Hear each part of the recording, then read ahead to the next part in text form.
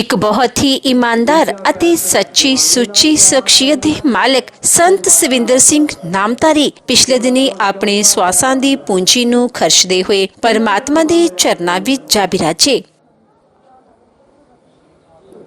10 बालतन 20 रमण 30 का सुंदर कहावे 40 पुर होए 85 60 के बड़े पायावे 70 का मत हीण 80 का व्यवहार ना पावे 80 का कोई काम नहीं कर सकता 90 का जसनी मूल ना जाने आप बल टंडोल ढूंढम डिठ में जग धूमे का धौल है। आ जिहड़ा संसार वेखदा तू ये धूमें का बदल है जो धूमें का बदल बड़ा उन्हें मीह थोड़ा पाना हवा ही तो उड़ जाना। आ जी काहदा मान करता है धूमें दे बदल की तरह इसका जीवन है। चौथे पैरे रहन के वणजारे मित्रा लावी आया खेत जान जम पकड़ चलाया वणजारा मित्रा किसे ना मिलया भेत।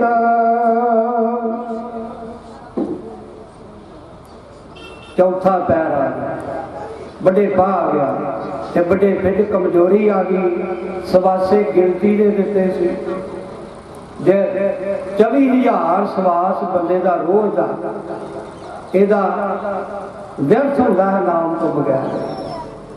जे सुखमनी साहब का पाठ कर लवे अमृत वेले ਇਹਦਾ 24,000 सवासा सफल हो जाता है। सुखमनी साहब की गुरबाणी सुखां दी मणी ਜਿਹੜੇ सुख ਨੂੰ संसार ਲੱਭਦਾ है ਉਹ ਮਨ ਸੁਖਮਨੀ ਸਾਹਿਬ ਵਿੱਚ ਫਰਮਾਉਂਦੇ ਹਨ। जान जम पकड़ चलाया भेद चेत किस मिलया नाई जान जम पकड़ चलाया साई वस्त प्राप्त होई जिस जो लाया है तो अंत वेला आ गया। वो कहते हैं ना कि रात को सुपने आते जेड़ा दिने जिधर सुस्त लगी रही उसे काम के सुपने आते ते जीवन ऐसा सुपने जैसा ये जीवन जेड़ा सुपने की न्याई वो सुपने की तरह चार 3 पैर बीत के चौथा पैर ते होना मंजे से पानी मंगता है। फरीद साहब जी कहते हैं इन्नी निकी जंगी है थल डूंगर पव्याम अज फरीदे कुजड़ा सैको आतिया। वो जरा जवानी वाले कंगन नहीं दिता किसी को बड़े पा गया हम लागे गड़वा डोर पानी वाला पिया वो नहीं फड़िया जान दिया इंज लगता जिमें 100 कोट या पानी बड़े पाजू आ गया उठिया नहीं जाता आवाज नहीं निकलती नजर नहीं आता कुछ आवाज कौन दवे। साई वत प्राप्त होई जिसों लाया है तो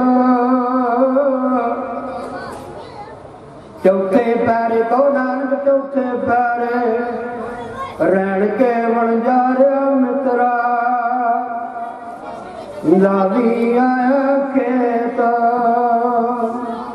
किसान की फसल पक्की है उन्हें अपनी मर्जी नाल वढ़ ली ते वो मालिक है ये संसार की खेती मालिक दी है। और जदों मर्जी कई किसान कच्ची भी वढ़ लेंगे वो अपनी लोड़ पूरी कर लेंगे। महाराज की मर्यादा यही है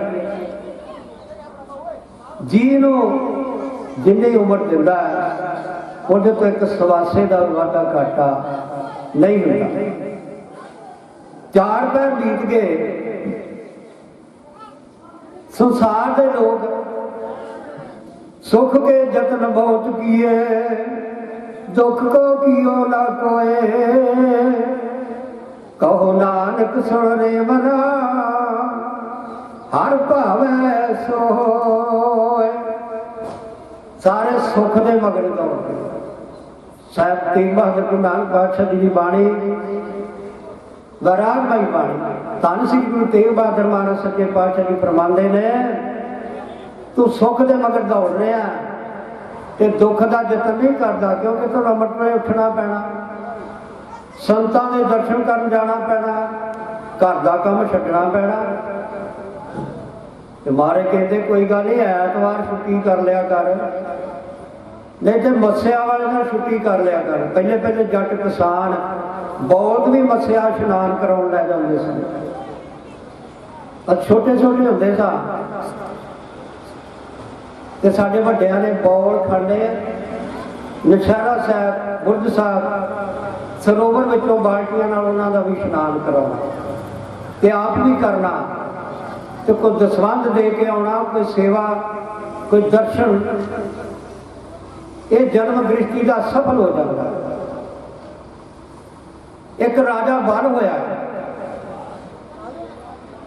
उन्होंने सोची आई, अपने मन में फुरना आया, कभी महाराज की सेवा करनी होवे, नाम जपना होवे, पाठ करना होवे, दान करना होवे, फुरना नहीं होना चाहिए। निष्काम सेवा का बहुत फल मिलता है, पर सारा संसार फुरनिया में ही बद्धा होया। राजे वालों फुरना आया कि मैं इंद्रपुरी का राज लेना। इंद्रपुरी का राज लैन वास्ते सियाणियां नूं पुछया, वो कहन लगे पुत्र सो जग कर, जिहदे बारे श्री गुरु ग्रंथ साहिब महाराज जी की गुरबाणी का प्रमाण है, बल राजा माया अहंकारी, जगन करे वो पार अपारी, बिन गुर पूछे क्यों जाए प्यारी, हरि चंद राजा दान करे जस लेवे, बिन गुर मुक्त न पाए अपेवे। दानी सिमरन करने वाले धर्मी राजे, उन्होंने गुरु तो बगैर दुख सहना।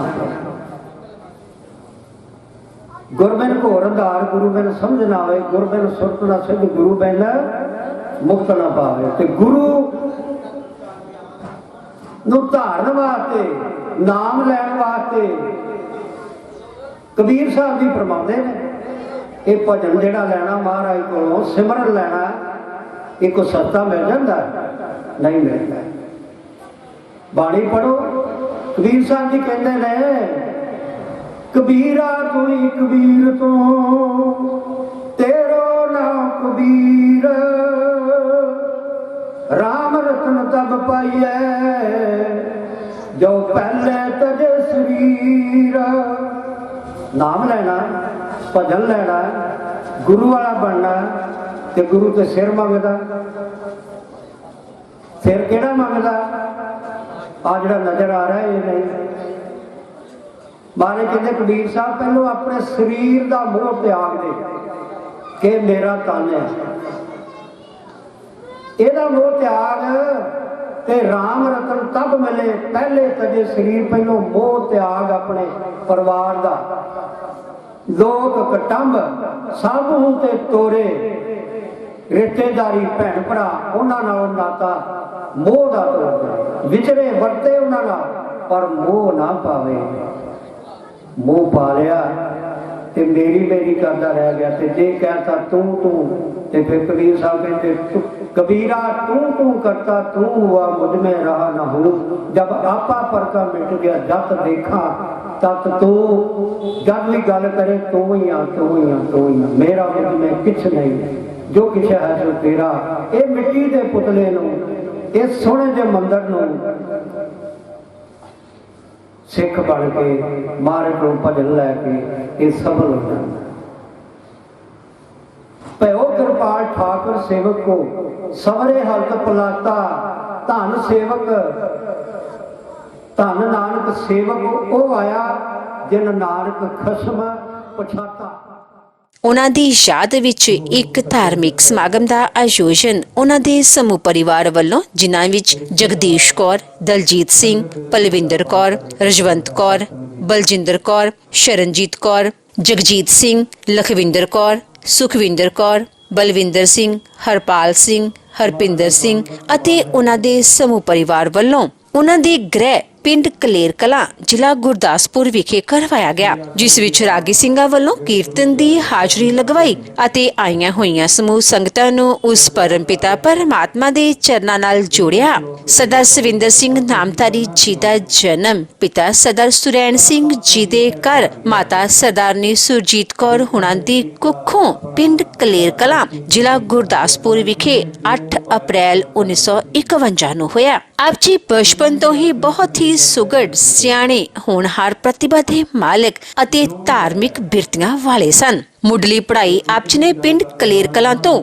ਅਤੇ ਮੈਟ੍ਰਿਕ ਆਪ ਜੀ ਨੇ ਗੁਰੂ ਅਰਜਨ ਦੇਵ ਹਾਈ ਸਕੂਲ ਬੁਰਜ ਸਾਹਿਬ ਧਾਲੀਵਾਲ ਤੋਂ ਕੀਤੀ। ਉਪਰੰਤ ਆਪ ਜੀ ਨੇ ਬਟਾਲਾ ਵਿਖੇ ਪੋਲੀਟੈਕਨਿਕ ਕਾਲਜ ਵਿੱਚ ਐਡਮਿਸ਼ਨ ਲਈ ਅਤੇ ਓਵਰਸੀਅਰ ਦਾ ਕੋਰਸ ਕਰਨ ਲੱਗੇ। ਆਪ ਜੀ ਦੀਆਂ ਰੁਚੀਆਂ ਬਚਪਨ ਤੋਂ ਹੀ ਧਾਰਮਿਕ ਹੋਣ ਕਰਕੇ ਆਪ ਜੀ ਨੇ ਆਪਣੀ ਪੜ੍ਹਾਈ ਅਧਵਾਟੇ ਹੀ ਛੱਡ ਦਿੱਤੀ ਅਤੇ ਸੰਤ ਬਾਬਾ ਹਰਨਾਮ ਸਿੰਘ ਜੀ ਨੌਸ਼ਹਿਰਾ ਮੱਝਾ ਸਿੰਘ ਵਾਲਿਆਂ ਦੇ ਨਾਲ ਜਾ ਕੇ ਉਹਨਾਂ ਦੀ ਸੇਵਾ ਵਿੱਚ ਲੱਗ ਗਏ। ਆਪ ਜੀ ਨੇ ਉਹਨਾਂ ਦੀ ਸੇਵਾ ਤਨੋ ਮਨੋ ਅਤੇ ਤਨੋ ਕੀਤੀ ਅਤੇ ਕੁਝ ਸਮਾਂ ਬਾਅਦ ਆਪਣੇ ਪਿਤਾ ਜੀ ਦੁਆਰਾ ਪ੍ਰੇਰਿਤ ਕਰਨ ਤੇ ਆਪ ਜੀ ਉਹਨਾਂ ਦੀ ਸੇਵਾ ਤੋਂ ਹਟ ਕੇ ਖੇਤੀਬਾੜੀ ਦੇ ਧੰਦੇ ਵਿੱਚ ਲੱਗ ਗਏ। ਪਰ ਆਪ ਜੀ ਨੇ ਉਸ ਦਿਨ ਤੋਂ ਹੀ ਪ੍ਰਣ ਕੀਤਾ ਕਿ ਆਪਣੀ ਖੇਤੀ ਵਿੱਚੋਂ ਹਾੜੀ ਅਤੇ ਸੌਣੀ ਦੀਆਂ ਫਸਲਾਂ ਵਿੱਚੋਂ 1 ਕਿੱਲੇ ਦੀ ਜ਼ਮੀਨ ਦੀ ਫਸਲ ਆਪ ਜੀ ਹਮੇਸ਼ਾ ਹੀ ਨੌਸ਼ਹਿਰਾ ਮੱਝਾ ਸਿੰਘ ਵਿਖੇ ਗੁਰੂ ਘਰ ਨੂੰ ਦਾਨ ਕਰਦੇ ਰਹਿਣਗੇ ਅਤੇ ਉਸ ਵੇਲੇ ਤੋਂ ਲੈ ਕੇ ਹੁਣ ਤੱਕ ਆਪ ਜੀ ਦੀ ਜ਼ਮੀਨ ਵਿੱਚੋਂ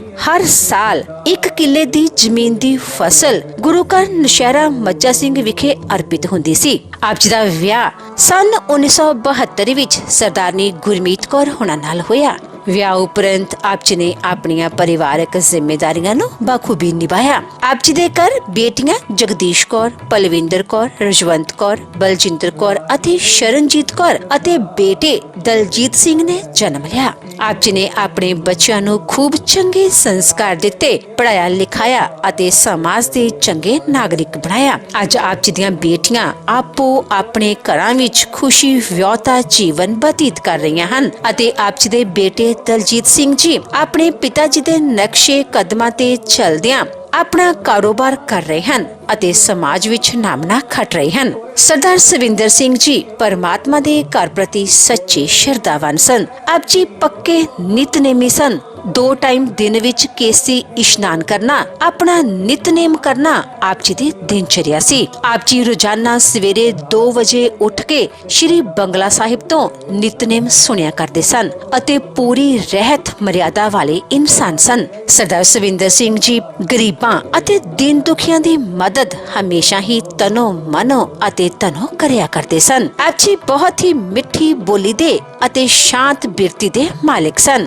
ਸਰਦਾਰ ਸਵਿੰਦਰ ਸਿੰਘ ਜੀ ਹੁਣਾਂ ਦੀ ਫੁਲਵਾੜੀ ਇਸ ਸਮੇਂ ਹਰਰੂਪ ਕੌਰ, ਅਰਜੁਨਜੀਤ ਸਿੰਘ ਅਤੇ ਸੁਰਜਨਜੀਤ ਸਿੰਘ ਨਾਲ ਮਹਿਕ ਰਹੀ ਹੈ।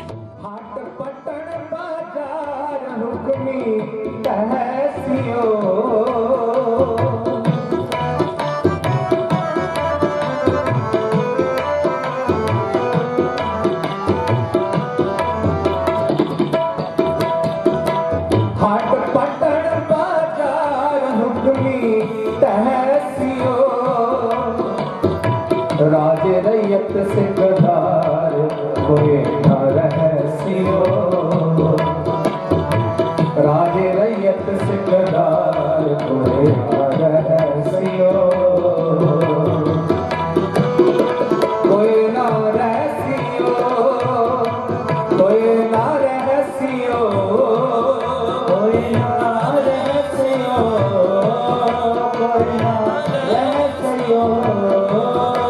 कोई न रहसियो, कोई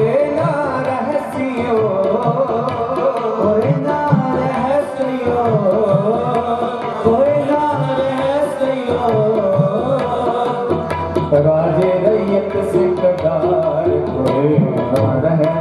सियो राजे रैयत सिकदार कोरे आंदार है सियो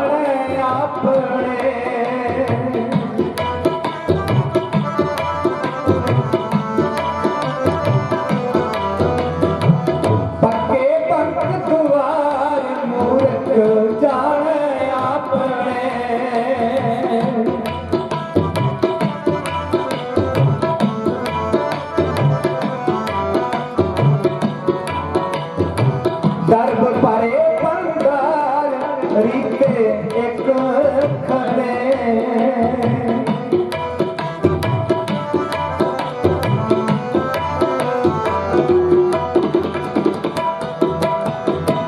दर्ब परे पंगार रीते एक खड़े रीते एक खड़े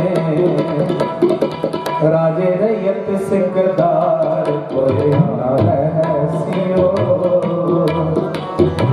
राजे रैयत सिकदार कोरे सियो हट पटन बाजार हुक्मी तहसियो हट पटन बाजार हुक्मी तहसियो राजे रैयत सिकदार कोरे सियो राजे रैयत सिकदार कोरे सियो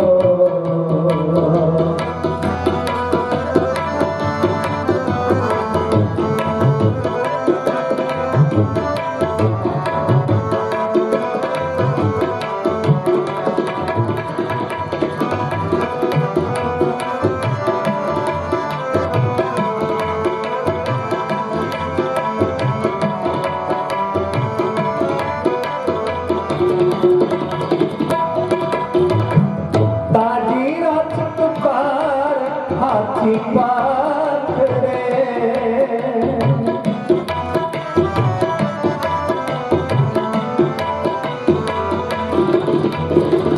दादी रात तुखार हाथी पाखरे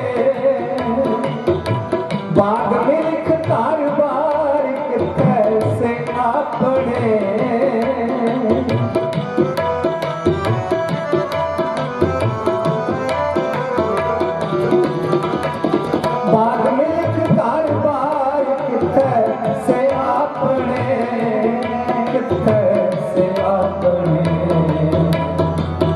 राजे रैयत सिकदार कोरे सियो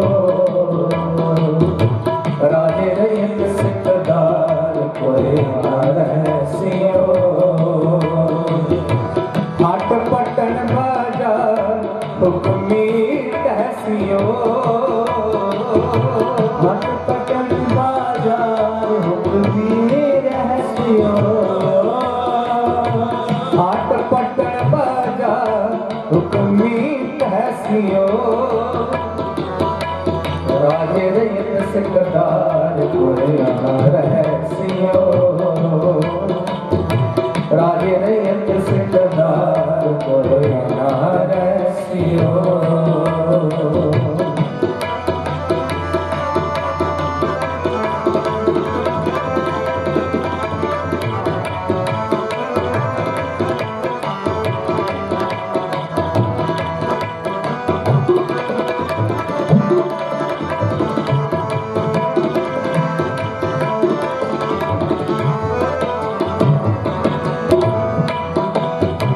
तंबू पलंग निवास लाए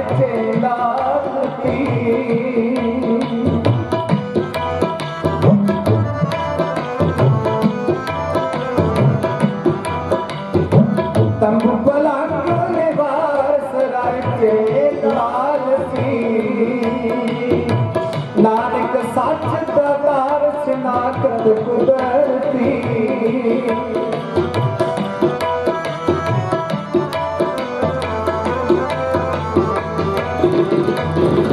नानक सच दरबार शनाखत कुदरती राजे रैयत सिकदार कोई ना रहसियो राजे रैयत सिकदार कोई ना रहसियो पक्के बंद दुआर हाट पटन बाजार हाट पटन बाजार हुक्मी तहसियो राजे रैयत सिकदार कोई ना रहसियो राजे रैयत सिकदार कोई ना रहसियो राजे रैयत सिकदार कोई ना रहसियो कोई ना रहसियो कोई ना रहसियो खेल करे खेल करे सब आपे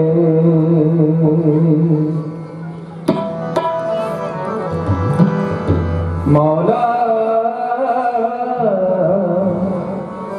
खेल करे खेल करे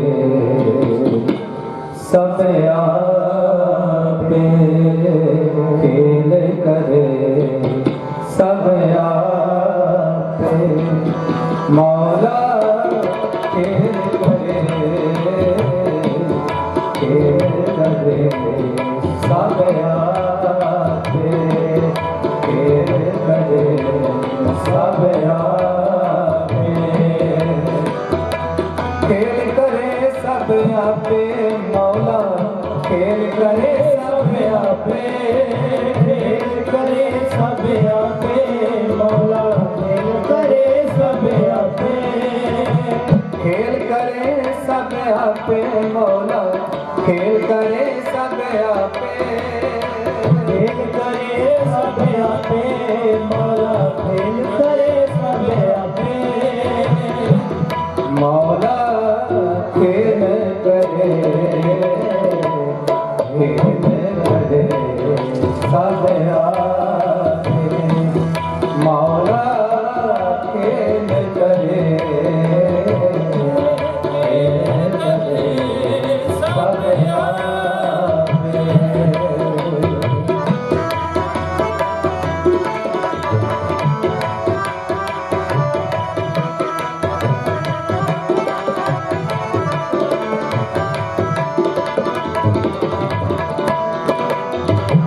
खेल करे सब आपे एक तटे एक बोलन मिठे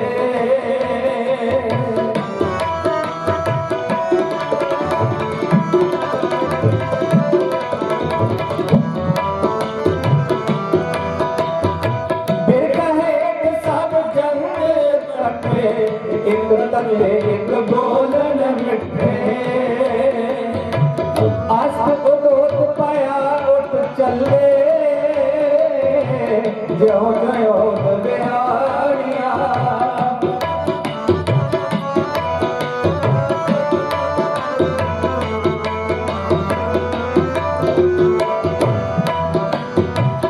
आस्थ उदोत पाया उठ चले ज्यों ज्यों बिहारिया ज्यों ज्यों बिहारिया मौला खेल करे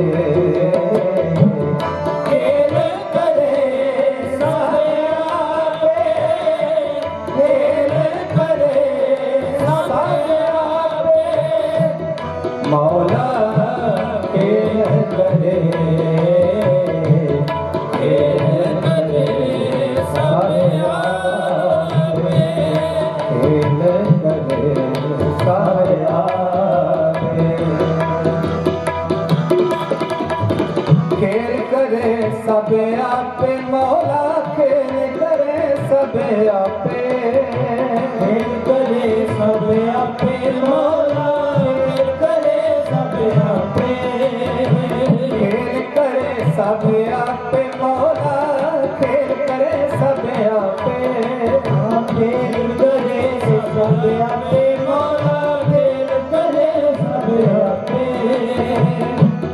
मौला खेल करे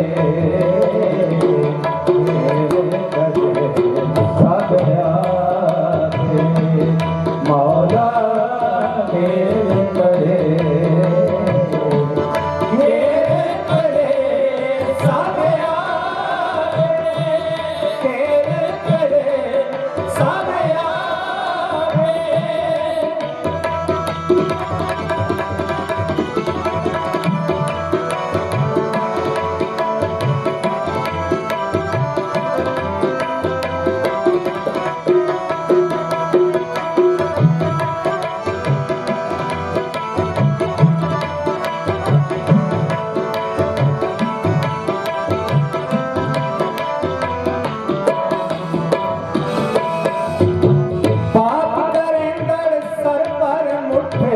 अज़राइल पड़े पर उठे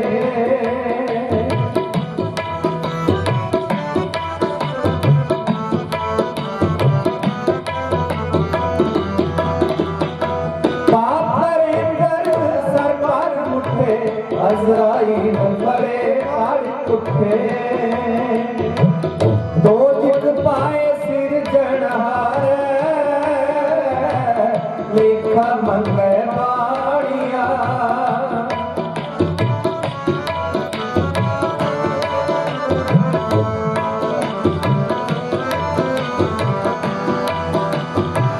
दो जिग पाए सिर जनहार लेखा मंगे बाणिया लेखा मंगे बाणिया मौला खेल करे सब आपे मौला खेल करे सब आपे मौला खेल करे सब आपे खेल करे सब आपे मौला खेल करे सब आपे खेल करे सब आपे मौला खेल करे सब आपे खेल करे सब आपे मौला खेल करे सब आपे मौला खेल करे मौला खेल करे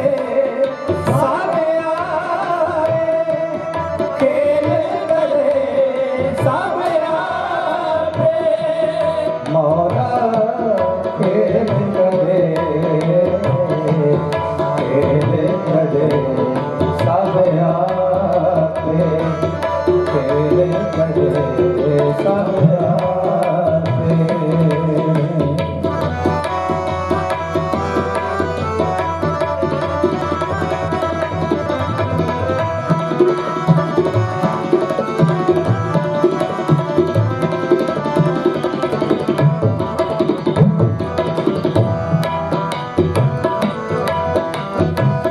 संग न कोई पहिया बेबा माल जो बन तन छोड़ मजे सा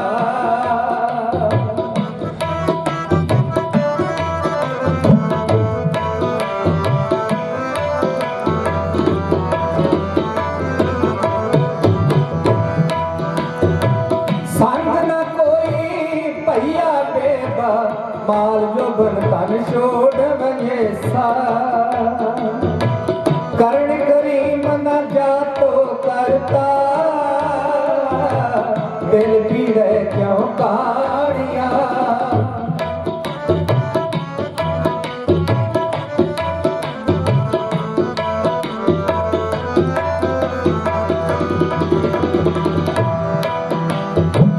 करण करीम न जातो करता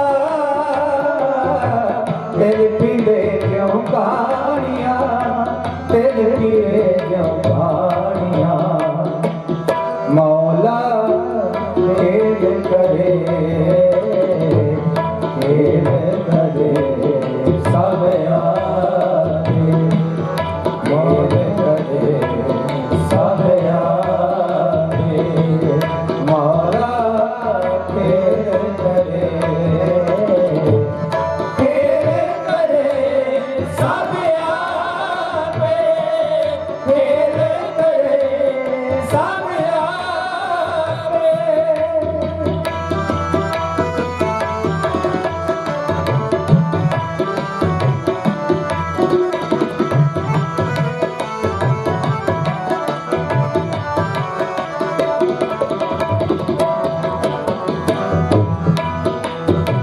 खुश खुश लहंगा मस्त पराई, बेकसूर तेरे नाल खुदाई।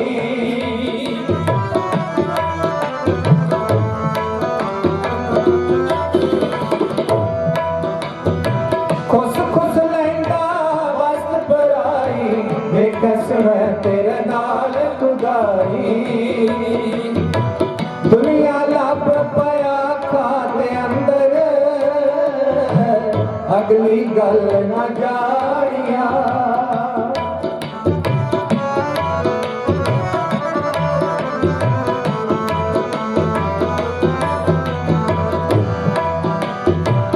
दुनिया लब पया खाते अंदर, अगली गल न जानिया, अगली गल न जानिया। मौला खेल करे, खेल करे सब आके, खेल करे सब आके, मौला खेल करे, खेल करे सब आके, खेल करे सब आके।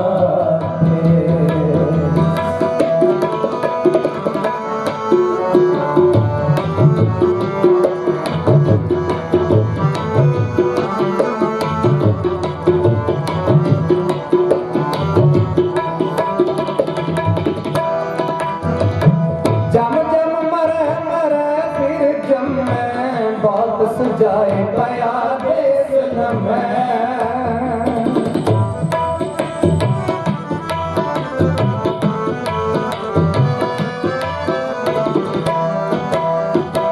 जम जम मरे मरे फिर जमे, बहुत सजाए पया देश नमे।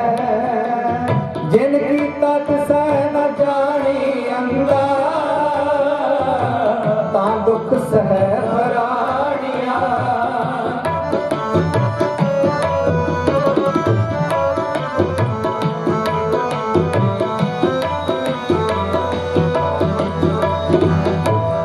जिनकी तात सह न जानी अंदा,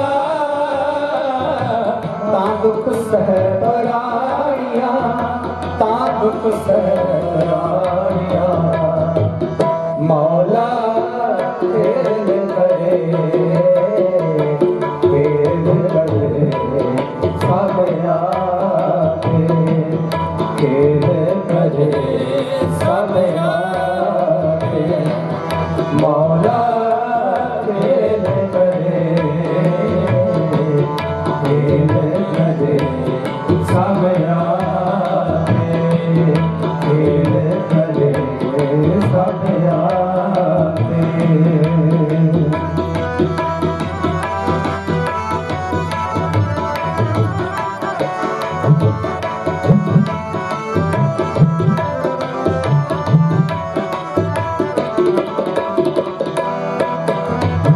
खालिक थामो भुल्ला मुठा, दुनिया खेल बुरा रुक टुठा।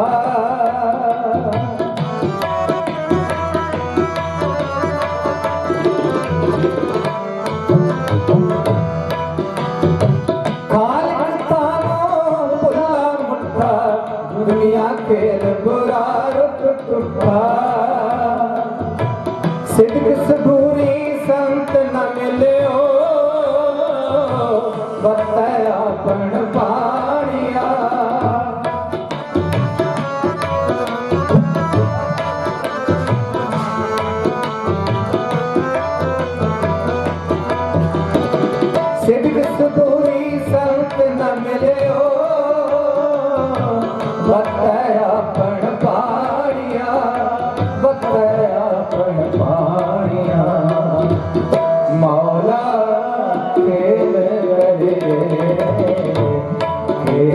करे सब आपे, खेल करे सब आपे, मौला खेल करे, खेल करे सब आपे, खेल करे सब आपे, मौला खेल करे सब आपे, खेल करे सब आपे, मौला खेल करे सब आपे, खेल करे सब आपे, मौला खेल करे सब आपे, एक कटे एक लहर में आपे,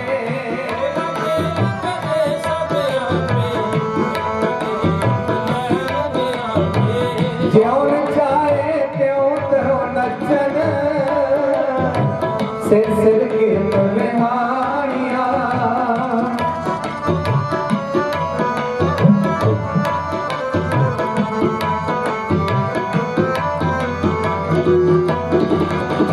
ज्यों चाहे त्यों त्यों नचन, सिर सिर गिरत बिहारियां, सिर सिर गिरत बिहारियां, मौला खेल करे, खेल करे सब आपे, खेल करे सब आपे, मेहर करे ता खसमत आई, संता संगत नरक न पाई,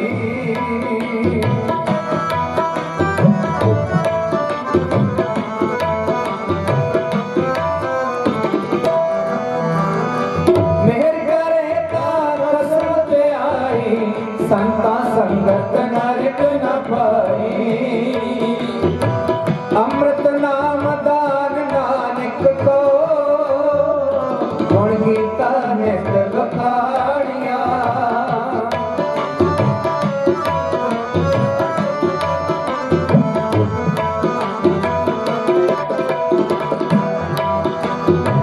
अमृत नाम दान नानक को, गुण गीता नित बखाड़िया, गीता नित बखाड़िया, मौला खेल करे,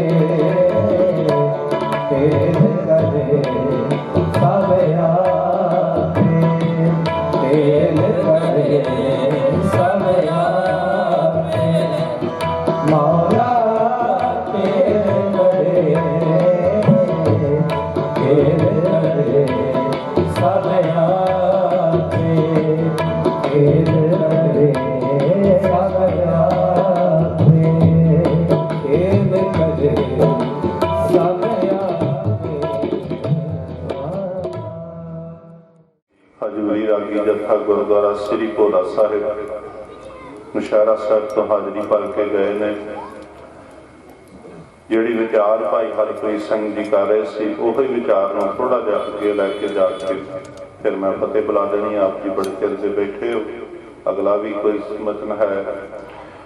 ਆਓ ਵਿਚਾਰ ਆਰੰਭ ਕਰੀਏ। ਗੁਰੂ ਬਖਸ਼ੀ ਫਤਿਹ ਬੁਲਾਓ ਜੀ। ਆਖੋ ਵਾਹਿਗੁਰੂ ਜੀ ਕਾ ਖਾਲਸਾ ਵਾਹਿਗੁਰੂ ਜੀ ਕੀ ਫਤਿਹ। ਬੇਨਤੀ ਵਿਚਾਰ ਇਹ ਹੋ ਰਹੀ ਸੀ, ਉਹਨਾਂ ਗੁਰਮੁਖਾਂ ਮਹਾਂਪੁਰਖਾਂ ਦੇ ਪਰਿਵਾਰ ਬਹਿ ਕੇ ਵਿਚਾਰ ਕਰ ਰਿਹਾ ਸੀ ਕਿ ਕੋਈ ਬੰਦਾ 4 ਜਾਂ 5 ਦਿਨ, ਉਹਨਾਂ ਦੇ ਬੱਚੇ ਨੇ ਅੱਗੋਂ ਆਖਿਆ ਨਹੀਂ ਜੀ ਘੜੀ ਪਲ, ਲੜਕੀ ਨੇ ਆਖਿਆ ਨਹੀਂ 1 ਸਾਲ, ਕੋਈ ਪਤਾ ਨਹੀਂ ਉਹ ਵੀ ਆਉਣਾ ਕਿ ਨਹੀਂ ਆਉਣਾ। ਇਹ ਜੀਵਨ ਜਿਹੜਾ ਹੈ ਇਹ ਹੈ ਇਸ ਦੇਹ ਦਾ ਜੀਵਨ। 2 ਤਰ੍ਹਾਂ ਦੇ ਜੀਵਨ ਗੁਰੂ ਗ੍ਰੰਥ ਸਾਹਿਬ ਜੀ ਦੇ ਮੁਤਾਬਕ ਹਰ ਮਨੁੱਖ ਦੇ ਕੋਲ ਨੇ। ਬਹੁਤੇ ਲੋਕਾਂ ਨੇ ਇੱਕੋ ਜੀਵਨ ਵਰਤਿਆ ਹੈ, ਦੂਜਾ ਨਹੀਂ ਵਰਤਿਆ। ਗੁਰੂ ਕੀ ਬਾਣੀ ਮੁਤਾਬਕ ਜੀਵਨ 2 ਨੇ। ਇੱਕ ਕਹਿੰਦੇ ਨੇ ਇੱਕ ਨੂੰ ਆਖਿਆ ਗਿਆ ਜਨਮ ਤੇ ਇੱਕ ਨੂੰ ਆਖਿਆ ਜਾਂਦਾ ਜੀਵਨ। ਜਨਮ ਸਾਰਿਆਂ ਦੇ ਕੋਲ ਹੁੰਦਾ, ਜੀਵਨ ਸਾਰਿਆਂ ਦੇ ਕੋਲ ਨਹੀਂ ਹੁੰਦਾ। ਜਨਮ ਸਾਰਿਆਂ ਦੇ ਕੋਲ, ਜਿਹਦਾ ਮਾਂ ਦੇ ਗਰਭ ਤੋਂ ਜਨਮ ਹੋ ਗਿਆ, ਜਨਮ ਤੇ ਉਹਨੂੰ ਮਿਲ ਗਿਆ, ਪਰ ਜਨਮ ਲੈ ਕੇ ਜੀਵਨ ਸਾਰਿਆਂ ਦੇ ਕੋਲ ਨਹੀਂ ਹੁੰਦਾ। ਬਸ ਇਹੋ ਗੱਲ ਸਮਝਣ ਵਾਲੀ ਹੈ ਅੱਜ ਦੇ ਮੌਕੇ ਤੇ, ਕਿਉਂਕਿ ਜਦੋਂ ਕੋਈ ਜੀ ਚੜ੍ਹਾਈ ਕਰ ਜਾਵੇ ਘੜੀ ਪਲ ਫਿਰ ਸਾਨੂੰ ਆਪਣਾ ਸਮਾਂ ਦਿਖਦਾ ਸੁਣਦਾ, ਮੁੜ ਕੇ ਫਿਰ ਅਸੀਂ ਭੁੱਲ ਜਾਂਦੇ ਹਾਂ। ਸ੍ਰੀ ਗੁਰੂ ਨਾਨਕ ਦੇਵ ਜੀ ਮਹਾਰਾਜ ਜਗਤ ਜਲੰਦੇ ਨੂੰ ਤਾਰਦਿਆਂ ਹੋਇਆਂ ਕਿਸੇ ਨਗਰ ਦੇ ਬਾਹਰ ਕਬਰਾਂ ਦੇ ਕੋਲ ਬੈਠੇ ਹੋਏ। ਉੱਥੇ ਕਬਰਾਂ ਤੇ ਜਿਹੜਾ ਬੰਦਾ ਦਫਨਾਇਆ ਗਿਆ ਉੱਥੇ ਤਖਤੀਆਂ ਲੱਗੀਆਂ ਹੋਈਆਂ ਸੀ ਔਰ ਉਹਨਾਂ ਪਲੇਟਾਂ ਦੇ ਉੱਤੇ ਲਿਖਿਆ ਹੋਇਆ ਸੀ, ਥੋੜੀ ਇੱਕੋ ਘਟੋ, ਪਲੇਟਾਂ ਤੇ ਲਿਖਿਆ ਹੋਇਆ ਸੀ ਕਿ ਆਹ ਬੰਦਾ ਇਹਨੇ 2 ਮਹੀਨੇ ਜ਼ਿੰਦਗੀ ਜੀ ਹੈ। ਉਹਦੀ ਕਬਰ ਤੇ ਲਿਖਿਆ ਸੀ। ਇੱਕ ਤੇ ਲਿਖਿਆ ਸੀ ਵੀ ਇਸ ਬੰਦੇ ਨੇ 6 ਮਹੀਨੇ ਦੀ ਜ਼ਿੰਦਗੀ ਜੀ ਹੈ। ਇੱਕ ਤੇ ਲਿਖਿਆ ਸੀ ਵੀ ਇਹਨੇ 1 ਮਹੀਨਾ ਜ਼ਿੰਦਗੀ ਕੱਢੀ ਹੈ। ਕਿਸੇ ਦੇ 15 ਦਿਨ ਲਿਖੇ ਸੀ, ਕਿਸੇ ਦੇ 5 ਸਾਲ, ਕਿਸੇ ਦੇ 2 ਸਾਲ, ਬਸ ਇਸ ਤੋਂ ਲੰਮੀ ਜ਼ਿੰਦਗੀ ਕਿਸੇ ਦੀ ਵੀ ਨਹੀਂ ਲਿਖੀ ਹੋਈ।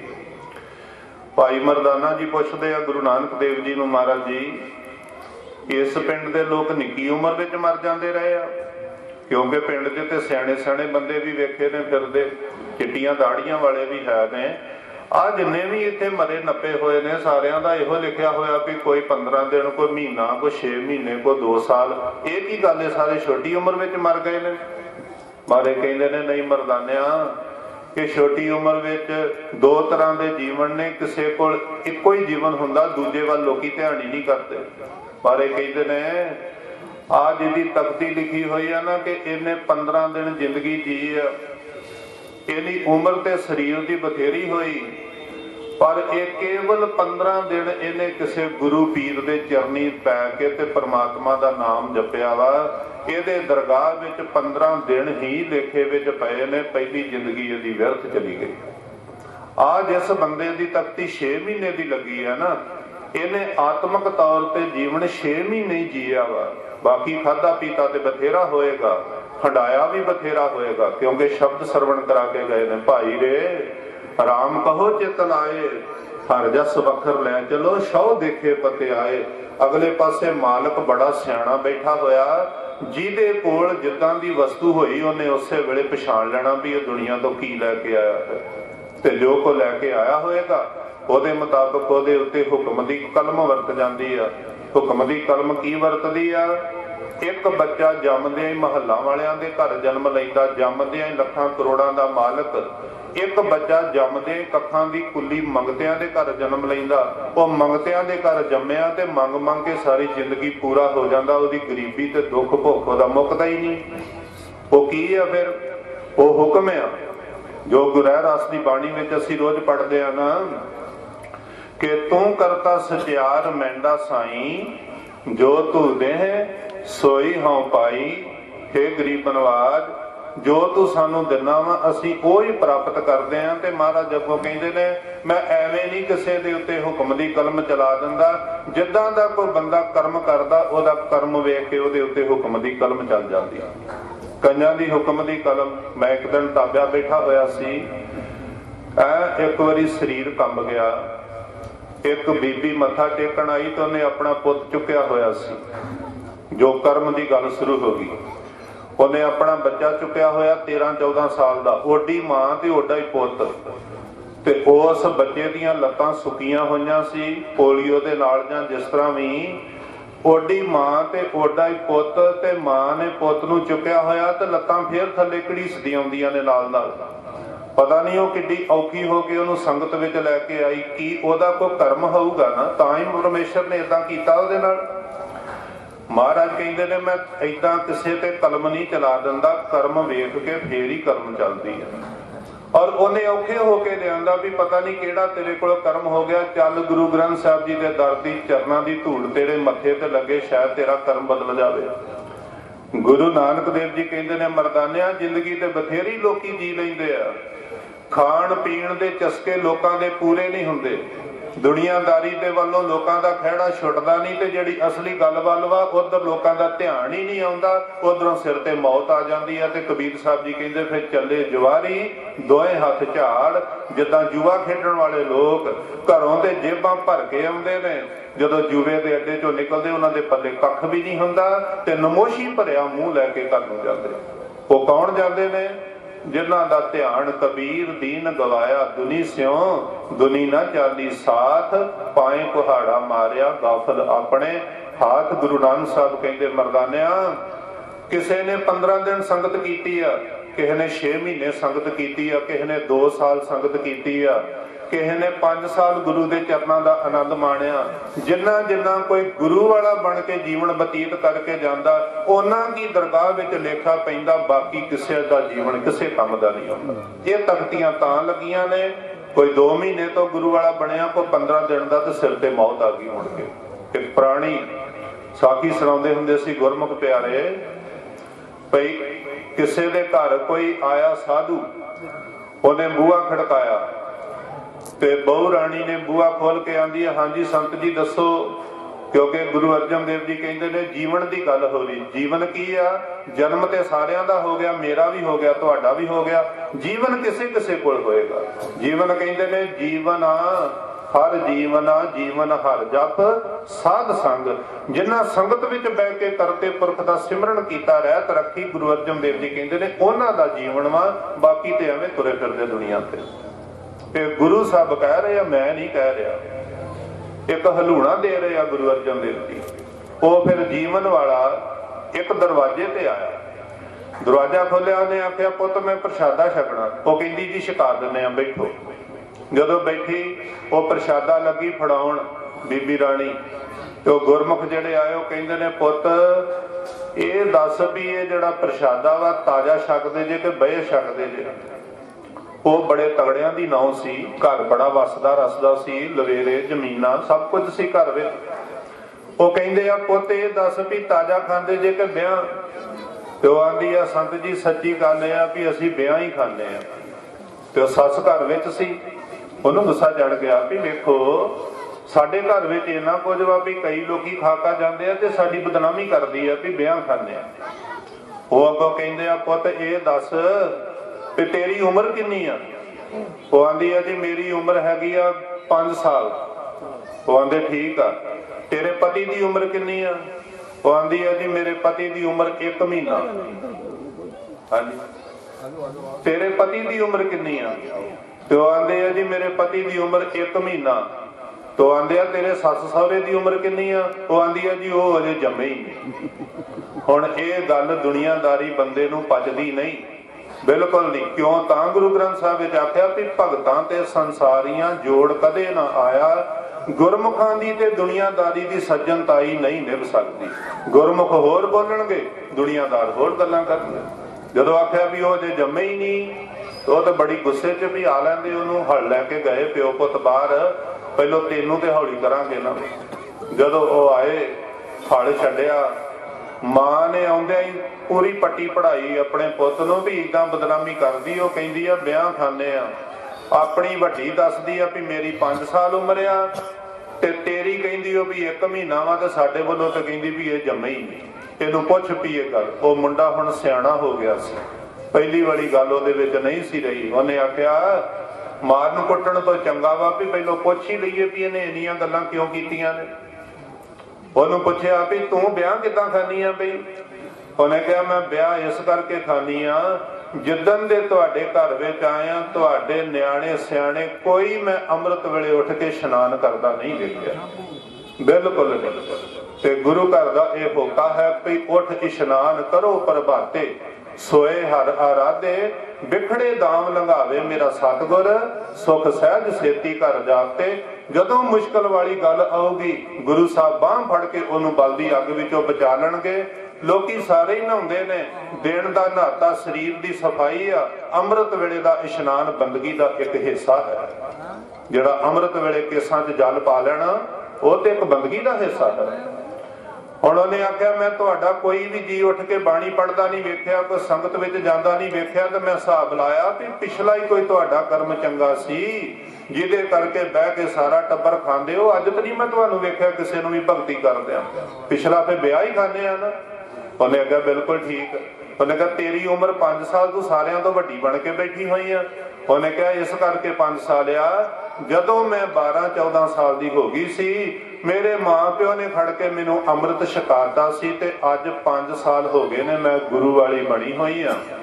ਗੁਰੂ ਸਾਹਿਬ ਜੀ ਕਹਿੰਦੇ ਨੇ ਸਤਿਗੁਰ ਕੇ ਜਨਮੇ ਗਵਨ ਮਿਟਾਇਆ। ਆਉਣ ਜਾਣ ਦਾ ਚੱਕਰ ਮਨੁੱਖ ਦਾ ਉਦੋਂ ਮੁੱਕਦਾ ਜਦੋਂ ਉਹਦਾ ਗੁਰੂ ਨਾਨਕ ਦੇ ਘਰ ਵਿੱਚ ਜਨਮ ਹੋ ਜਾਂਦਾ। ਤੇ ਗੁਰੂ ਨਾਨਕ ਦੇ ਘਰ ਜਨਮ ਕਦੋਂ ਹੁੰਦਾ? ਜਦੋਂ ਉਹਦੇ ਮੂੰਹ ਵਿੱਚ ਅੰਮ੍ਰਿਤ ਪੈ ਜਾਂਦਾ ਤੇ ਗੁਰ ਮੰਤਰ ਉਹਨੂੰ ਦੇ ਦਿੰਦੇ ਨੇ, ਉਦੋਂ ਉਹ ਬੰਦਾ ਜੰਮ ਪੈਂਦਾ ਹੈ। ਜਿਹਦੇ ਮੂੰਹ ਵਿੱਚ ਅਜੇ ਅੰਮ੍ਰਿਤ ਨਹੀਂ ਪਿਆ ਉਹ ਅਜੇ ਜੰਮਿਆ ਹੀ ਨਹੀਂ। ਮਹਾਰਾਜ ਕਹਿੰਦੇ ਨੇ ਮਤ ਤੁਮ ਜਾਣੋ ਸੰਸਾਰ ਜੀਵ ਦਾ। ਇਹ ਮਤ ਜਾਣੋ ਕਿ ਦੁਨੀਆ ਜਿਉਂਦੀ ਆ। ਜਿਨ੍ਹਾਂ ਦੇ ਕੰਨਾਂ ਵਿੱਚ ਗੁਰ ਮੰਤਰ ਦੀ ਆਵਾਜ਼ ਨਹੀਂ ਗਈ, ਜਿਨ੍ਹਾਂ ਦੇ ਮੂੰਹ ਵਿੱਚ ਅਜੇ ਅੰਮ੍ਰਿਤ ਨਹੀਂ ਪਿਆ, ਮਹਾਰਾਜ ਕਹਿੰਦੇ ਨੇ ਦੂਜੇ ਭਾਏ ਮੁਆਸ। ਦੁਨੀਆ ਦੇ ਚਸਕਿਆਂ ਵਿੱਚ ਲੋਕੀ ਲੱਗੇ ਨੇ, ਇਹ ਮਰੇ ਹੀ ਤੁਰੇ ਫਿਰਦੇ ਨੇ, ਜੀਂਦੇ ਨਹੀਂ, ਜਿਹੜੇ ਅਜੇ ਤੱਕ ਗੁਰੂ ਵਾਲੇ ਨਹੀਂ ਬਣ ਸਕੇ। ਕਿਉਂਕਿ ਮਗਰੋਂ ਅਰਦਾਸ ਹੋਣੀ ਆ। ਜਦੋਂ ਵੀ ਕਿਸੇ ਦੇ ਕੋ ਘਰ ਏਦਾਂ ਦੀ ਗੱਲ ਹੋ ਜੇ, ਘਰ ਘਰ ਇਹੋ ਪਹੁੰਚਾ ਸੱਦੜੇ ਨਿਤ ਪਵਨ, ਸੱਦਣਹਾਰਾ ਸਿਮਰਿਆ ਨਾਨਕ ਸੇ ਦੇ ਅਵਨ। ਮੈਂ ਗੁਰੂ ਘਰ ਦਾ ਚੌਕੀਦਾਰ ਹਾਂ, ਤਾਂ ਕਰਕੇ ਗੁਰੂ ਦਾ ਹੋਕਾ ਸਮੇਂ ਸਿਰ ਦੇਣਾ ਮੇਰਾ ਫਰਜ਼ ਆ। ਬਾਅਦ ਵਿੱਚ ਆਖਣਾ ਵੀ ਗ੍ਰੰਥੀ ਸਿੰਘ ਬਾਣੀ ਪੜ੍ਹ ਕੇ ਸਾਡੇ ਬੰਦੇ ਨੂੰ ਮੁਕਤ ਕਰਕੇ ਜਾਣ। ਗ੍ਰੰਥੀ ਸਿੰਘ ਕੱਲਾ ਕਿੱਦਾਂ ਮੁਕਤ ਕਰ ਦੂਗਾ ਜਿਹਨੇ ਪਹਿਲੋਂ ਗੁਰੂ ਕੀ ਗੱਲ ਸੁਣ ਕੇ ਪਰਵਾਹ ਹੀ ਨਹੀਂ ਕੀਤੀ। ਦੁਨੀਆਦਾਰੀ ਦੀ ਗੱਲ ਹੋ ਰਹੀ ਸੀ। ਜਦੋਂ ਉਹਨੇ ਕਿਹਾ ਮੈਂ ਤੇ 5 ਸਾਲ ਹੋ ਗਏ ਗੁਰੂ ਵਾਲੀ ਬਣੀ ਨੂੰ, ਮੇਰੀ 5 ਸਾਲ ਉਮਰ, ਤੇ ਜਦੋਂ ਦੀ ਤੁਹਾਡੇ ਘਰ ਆਈ ਆ ਮੈਂ ਤੈਨੂੰ ਪ੍ਰੇਰਨਾ ਦਿੰਦੀ ਰਹੀ ਆ ਵੀ ਗੁਰੂ ਵਾਲਾ ਬਣ, ਗੁਰੂ ਵਾਲਾ ਬਣ। ਹੁਣ 1 ਮਹੀਨਾ ਹੋ ਗਿਆ ਤੂੰ ਮੇਰੀ ਗੱਲ ਮੰਨ ਕੇ ਤੂੰ ਵੀ ਗੁਰੂ ਵਾਲਾ ਬਣ ਗਿਆ ਵਾ। ਤੇਰੀ ਉਮਰ 1 ਮਹੀਨਾ, ਮਾਂ ਪਿਓ ਤੇਰੇ ਅਜੇ ਤਾਂ ਨਹੀਂ ਜੰਮੇ ਵੀ ਭਾਵੇਂ ਇਹਨਾਂ ਦੇ ਚਿੱਟੇ ਵਾਲ ਸਿਰ ਦੇ ਹੋ ਗਏ ਨੇ, ਇਹ ਅਜੇ ਤੱਕ ਗੁਰੂ ਵਾਲੇ ਨਹੀਂ ਬਣੇ, ਤੇ ਜੇ ਨਹੀਂ ਬਣੇ ਤੇ ਇਹ ਅਜੇ ਜੰਮੇ ਹੀ ਨਹੀਂ। ਆ ਹੈ ਜੀਵਨ।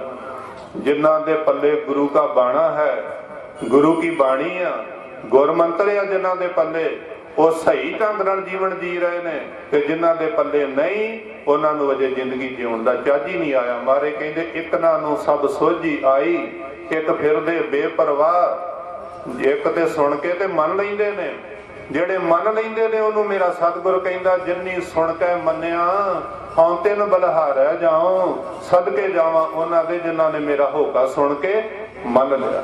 ਹੁਣ ਦੂਜੀ ਗੱਲ, ਜਿਨ੍ਹਾਂ ਮੰਨ ਲਿਆ ਉਹਨਾਂ ਨੂੰ ਵੀ ਆਖਿਆ ਵੀ ਦਮਕ ਮਾਰਨ ਦੀ ਲੋੜ ਨਹੀਂ, ਸਿਰ ਚੁੱਕਣ ਦੀ ਲੋੜ ਨਹੀਂ ਵੀ ਅਸੀਂ ਬੜੇ ਚੰਗੇ ਆ ਤੇ ਦੂਜੇ ਬੜੇ ਮਾੜੇ ਆ।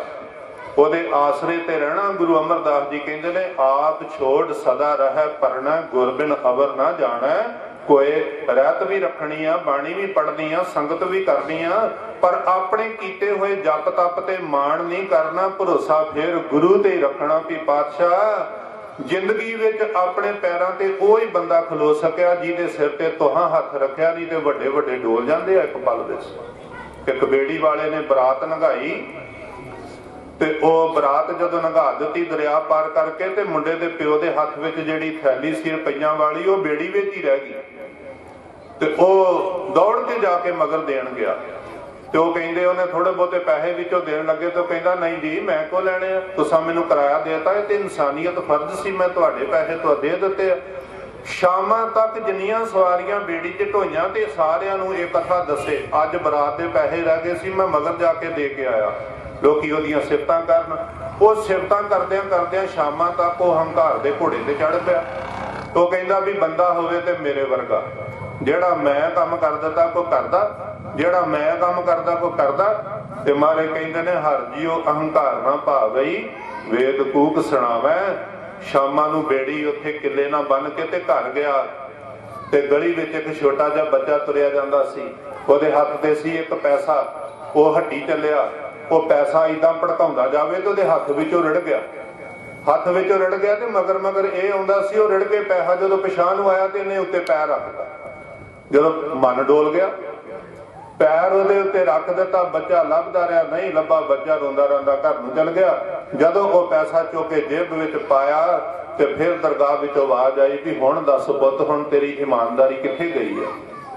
ਭਈ ਤੂੰ ਵੀ ਇਮਾਨਦਾਰ, ਤੂੰ ਵੀ ਚੰਗਾ ਬੰਦਾ ਉਹਨਾਂ ਚਿਰ ਹੀ ਸੀ ਜਿੰਨੇ ਚਿਰ ਤੇਰੇ ਸਿਰ ਤੇ ਮੇਰਾ ਹੱਥ ਸੀ।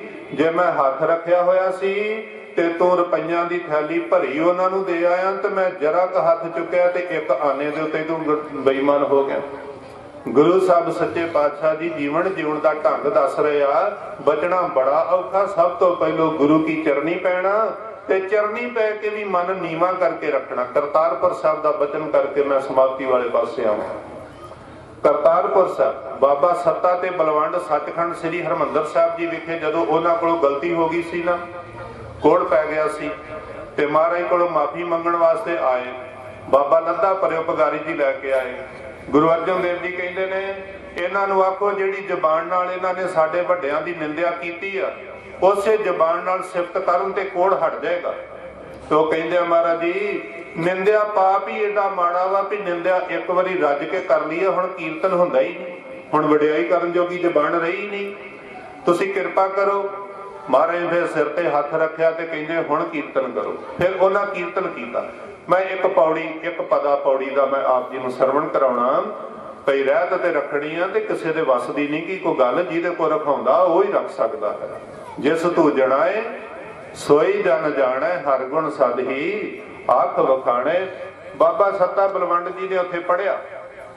ਉਹ ਕਹਿੰਦੇ ਮਹਾਰਾਜ ਜੀ ਕਰਤਾਰਪੁਰ ਵਿੱਚ ਇੱਕ ਦਿਨ ਰੌਲੀ ਪੈ ਗਈ। ਰੌਲੀ ਇਹ ਪੈ ਗਈ ਵੀ ਪੁੱਤਰੀ ਕੌਲ ਨਾ ਪਾਲਿਓ, ਕਰ ਪੀਰੋ ਕੰਨ ਮਰਹਟੀਐ, ਦਿਲ ਖੋਟੇ ਆਕੀ ਫਿਰਨ, ਬਨ ਭਾਰ ਉਛਾਇਨ ਛਟੀਐ। ਰੌਲੀ ਪੈ ਗਈ ਭਈ ਗੁਰੂ ਨਾਨਕ ਦੇ ਪੁੱਤਰਾਂ ਨੇ ਬਚਨ ਨਹੀਂ ਮੰਨਿਆ। ਕਰਤਾਰਪੁਰ ਸਾਹਿਬ ਜਦੋਂ ਸੇਵਾ ਕਰਨ ਦਾ ਸਮਾਂ ਆਇਆ ਤੇ ਬਾਬਾ ਸ੍ਰੀ ਚੰਦ ਤੇ ਲਖਮੀ ਦਾਸ ਨੇ ਬਚਨ ਹੀ ਨਹੀਂ ਮੰਨਿਆ ਮਹਾਰਾਜ ਦਾ। ਤੇ ਕਿਉਂਕਿ ਉਹ ਹੰਕਾਰੇ ਹੋਏ ਸੀ ਵੀ ਗੁਰੂ ਨਾਨਕ ਸਾਡਾ ਪਿਓ ਆ, ਜਿੱਦਣ ਗੱਦੀ ਦੇਣ ਦਾ ਟਾਈਮ ਆਊਗਾ ਜਾਂ ਵੱਡੇ ਨੂੰ ਦੇ ਦੂ ਜਾਂ ਨਿੱਕੇ ਨੂੰ ਦੇ ਦੂ, ਸਾਡੇ ਤੋਂ ਬਾਅਦ ਗੱਦੀ ਥੋੜੀ ਕਿਤੇ ਹੋਰ ਚੱਲੀ ਆ, ਸਾਡੀ ਘਰੇ ਹੀ ਰਹਿਣੀ ਆ। ਪਰ ਮਹਾਰਾਜ ਗੱਲ ਇਹ ਨਹੀਂ ਸੀ ਵੀ ਜਿਹੜੀ ਲੋਕਾਂ ਨੇ ਕੀਤੀ ਆ। ਗੁਰੂ ਅਰਜਨ ਦੇਵ ਜੀ ਕਹਿੰਦੇ ਨੇ ਬਿਲਕੁਲ ਜੇ ਤੁਹਾਨੂੰ ਗੱਲ ਦੀ ਸਮਝ ਲੱਗ ਗਈ ਹੈ ਤੇ ਫਿਰ ਸਮਝਾ ਦਿਓ ਸਾਰੇ ਸੰਸਾਰ ਨੂੰ, ਕਿਉਂਕਿ ਐਵੇਂ ਲੋਕਾਂ ਨਿੰਦਿਆ ਨਾ ਕਰਨ ਲੱਗ ਪੈਣ। ਨਿੰਦਿਆ ਤੇ ਮਿੰਟੋ ਮਿੰਟ ਹੀ ਕਰਨ ਲੱਗ ਪੈਂਦੇ ਆ। ਸਿਫਤ ਕਰਨੀ ਔਖੀ, ਨਿੰਦਿਆ ਕਰਨੀ ਬਹੁਤ ਸੌਖੀ। ਪਰ ਕਹਿੰਦੇ ਸਮਝਾਓ। ਫਿਰ ਉਹ ਫਿਰ ਬਾਣੀ ਵਿੱਚ ਲਿਖਿਆ। ਬਹੁਤੇ ਲੋਕ ਤੇ ਇੱਕੋ ਹੀ ਪੰਕਤੀ ਪੜ੍ਹਦੇ ਆ ਵੀ ਪੁੱਤਰੀ ਕੌਲ ਨਾ ਪਾਲਿਓ, ਕਿਉਂਕਿ ਵਿਦਵਾਨਾਂ ਦੀ ਸਭਾ ਹੈ, ਬਾਣੀ ਪੜ੍ਹਨ ਵਾਲੇ ਗੁਰਮੁਖ ਸਾਰੇ ਬੈਠੇ ਨੇ। ਮੈਂ ਇਹ ਬੇਨਤੀ ਕਰ ਜਾਣਾ, ਜਦੋਂ ਵੀ ਵਾਰ ਸ਼ੁਰੂ ਹੋਊਗੀ ਨਾ, ਉਹ ਸਾਰੀ ਵਾਰ ਦੀਆਂ ਉੱਪਰਲੀਆਂ ਪੰਕਤੀਆਂ ਜਿਹੜੀਆਂ ਨੇ ਉਹ ਹੁੰਦੇ ਨੇ ਪ੍ਰਮਾਣ, ਤੇ ਉਹਦਾ ਨਿਚੋੜ ਹੁੰਦਾ ਅਖੀਰਲੀ ਪੰਕਤੀ। ਪੌੜੀ ਦਾ ਨਿਚੋੜ ਅਖੀਰਲੀ ਪੰਕਤੀ ਹੁੰਦੀ। ਅਖੀਰਲੀ ਪੰਕਤੀ ਵਿੱਚ ਸਾਰਾ ਅਰਥ ਆ। ਉਹ ਕਹਿੰਦੇ ਆ ਲੋਕਾਂ ਨੂੰ ਸਮਝ ਨਹੀਂ ਲੱਗੀ, ਲੋਕਾਂ ਐਵੇਂ ਹੀ ਰੌਲਾ ਪਾਤਾ ਵੀ ਪੁੱਤਰੀ ਕੌਲ ਨਾ ਪਾਲਿਓ ਜੀ, ਉਹਨਾਂ ਬਚਨ ਨਹੀਂ ਮੰਨਿਆ। ਗੱਲ ਇਹ ਨਹੀਂ ਸੀ। ਪਰ ਇਹ ਕਹਿੰਦੇ ਕੀ ਸੀ? ਉਹਦੇ ਗੱਲ ਇਹ ਸੀ ਜਿਨ ਆਖੀ ਸੋਈ ਕਰੈ, ਜਿਨ ਕੀਤੀ ਤਿੰਨ ਥਟੀਐ। ਮਹਾਰਾਜ ਜੀ ਉੱਥੇ ਕਰਤਾਰਪੁਰ ਵਿੱਚ ਗੁਰੂ ਨਾਨਕ ਸਾਹਿਬ ਨੇ ਫੈਸਲਾ ਕਰ ਲਿਆ ਵੀ ਗੁਰਿਆਈ ਗੱਦੀ ਤੇ ਬੈਠਣ ਦਾ ਹੁਣ ਦਰਗਾਹੀ ਹੁਕਮ ਆ ਭਾਈ ਲਹਿਣੇ ਦਾ। ਭਾਈ ਲਹਿਣੇ ਦੇ ਭਾਗਾਂ ਵਿੱਚ ਗੁਰਿਆਈ ਲਿਖੀ ਆ ਤੇ ਅਸੀਂ ਪਰਖ ਲੱਗੇ ਆ ਕਰਨ, ਹਰ ਇੱਕ ਬੰਦੇ ਕੋਲੋਂ ਗਲਤੀ ਕਰਾ ਦੇਣੀ ਆ, ਪਰ ਭਾਈ ਲਹਿਣੇ ਕੋਲੋਂ ਗਲਤੀ ਨਹੀਂ ਹੋਣ ਦੇਣੀ। ਕੋਈ ਵੀ ਨਹੀਂ ਗਲਤੀ ਹੋਣ ਦੇਣੀ। ਤੇ ਫਿਰ ਉੱਥੇ ਫੈਸਲਾ ਕੀ ਲਿਆ? ਮਾਤਾ ਸੁਲੱਖਣੀ ਨੇ ਕਹਿ ਦਿੱਤਾ ਸੀ ਜਦੋਂ ਭਾਈ ਲਹਿਣੇ ਤੇ ਬਹੁਤੇ ਖੁਸ਼ ਸੀ ਗੁਰੂ ਨਾਨਕ ਸਾਹਿਬ। ਮਾਤਾ ਸੁਲੱਖਣੀ ਨੇ ਪੰਥ ਪ੍ਰਕਾਸ਼ ਵਿੱਚ ਇੰਜ ਲਿਖਿਆ ਹੋਇਆ। ਉਹ ਕਹਿੰਦੇ ਨੇ ਸੱਚ ਦੱਸੀ ਪਰਮੇਸ਼ਰ ਜੀਏ, ਤੇਰੇ ਪੁੱਤ ਸ੍ਰੀ ਚੰਦ ਲਖਮੀ ਦਾਸ ਹੈ ਜਾਂ ਲਹਿਣਾ ਜੀਏ। ਭਈ ਗੁਰੂ ਨਾਨਕ ਸਾਹਿਬ ਨੂੰ ਮਾਤਾ ਸੁਲੱਖਣੀ ਕਹਿੰਦੀ ਆ ਸੱਚੋ ਸੱਚੀ ਦੱਸਿਓ, ਤੇਰੇ ਪੁੱਤ ਸ੍ਰੀ ਚੰਦ ਲਖਮੀ ਦਾਸ ਆ ਕਿ ਲਹਿਣਾ ਤੇਰਾ ਪੁੱਤ ਵਾ? ਮਹਾਰਾਜ ਨੇ ਆਖਿਆ ਸੁਲੱਖਣੀ ਕਿਉਂ? ਕਿਉਂਕਿ ਮਾਤਾ ਸੁਲੱਖਣੀ ਨੇ ਆਖਿਆ ਜਦੋਂ ਸ੍ਰੀ ਚੰਦ ਲਖਮੀ ਦਾਸ ਆਉਂਦੇ ਉਦੋਂ ਤੁਸੀਂ ਉਹਨਾਂ ਖੁਸ਼ ਨਹੀਂ ਹੁੰਦੇ, ਜਦੋਂ ਲਹਿਣਾ ਆਉਂਦਾ ਉਦੋਂ ਬੜੇ ਖੁਸ਼ ਹੁੰਦੇ ਜੇ, ਤੁਸੀਂ ਉਹਦੀ ਸੇਵਾ ਵੱਲ ਵੇਖ ਵੇਖ ਕੇ ਖੁਸ਼ ਹੁੰਦੇ ਜੇ। ਮੈਂ ਇਹ ਕਹਿੰਦੀ ਆ ਜਦੋਂ ਗੱਦੀ ਦੇਣ ਦਾ ਸਮਾਂ ਆਵੇ ਪੁੱਤ ਨੂੰ ਗੱਦੀ ਦਿਓ, ਕਿਸੇ ਹੋਰ ਨੂੰ ਨਾ ਦਿਓ। ਤੇ ਮਹਾਰਾਜ ਕਹਿੰਦੇ ਨੇ ਸੁਲੱਖਣੀ ਤੂੰ ਵੀ ਇੱਥੇ ਧਿਆਨ ਰੱਖੀ, ਗੱਦੀ ਮੈਂ ਆਪਣੇ ਪੁੱਤ ਨੂੰ ਦਊਂਗਾ, ਪਰ ਪੁੱਤ ਉਹ ਹੁੰਦਾ ਜਿਹੜਾ ਪਿਓ ਦੀ ਰਮਜ ਨੂੰ ਸਮਝ ਲਵੇ, ਜਿਹਨੂੰ ਸਮਝ ਨਾ ਆਵੇ ਉਹ ਪੁੱਤ ਨਹੀਂ ਹੁੰਦਾ। ਫਿਰ ਰਮਜ ਸਮਝਣ ਦਾ ਟਾਈਮ ਉਦਣ ਆਇਆ ਸੀ। ਸਾਰੀਆਂ ਪਰਖਾਂ ਵਿੱਚੋਂ ਭਾਈ ਲਹਿਣਾ ਪਾਸ ਹੋਇਆ ਤੇ ਅਖੀਰਲੀ ਪਰਖ ਉਹ ਹੋਈ ਜਿੱਦਣ ਮਹਾਰਾਜ ਨੇ 5 ਪੈਸੇ ਸੰਗਤ ਵਿੱਚੋਂ ਫੜ ਕੇ ਆਪਣੇ ਹੱਥ 'ਚ ਕਰ ਲਏ ਤੇ ਆਖਿਆ ਸ੍ਰੀ ਚੰਦ ਜੀ ਇਹ ਦੱਸੋ ਮੇਰੇ ਹੱਥ ਵਿੱਚ ਕੀ ਆ? ਬਾਬਾ ਸ੍ਰੀ ਚੰਦ ਨੇ ਆਖਿਆ ਪਿਤਾ ਜੀ ਤੁਹਾਡੇ ਹੱਥ ਵਿੱਚ ਨੇ 5 ਪੈਸੇ। ਬਾਰੇ ਕਹਿੰਦੇ ਨਹੀਂ ਧਿਆਨ ਨਾਲ ਦੱਸ। ਆਂਦਾ ਜੀ 5 ਹੀ ਪੈਸੇ ਆ, 5ਵੇਂ ਤੋਂ 6ਵਾਂ ਪੈਸਾ ਤੁਹਾਡੇ ਹੱਥ ਵਿੱਚ ਹੈ ਨਹੀਂ। ਮਹਾਰਾਜ ਆਂਦੇ ਚਲੋ ਠੀਕ। ਲਖਮੀ ਦਾਸ ਨੂੰ ਆਖਿਆ ਪੁੱਤ ਤੂੰ ਦੱਸ ਮੇਰੇ ਹੱਥ ਵਿੱਚ ਕੀ ਆ?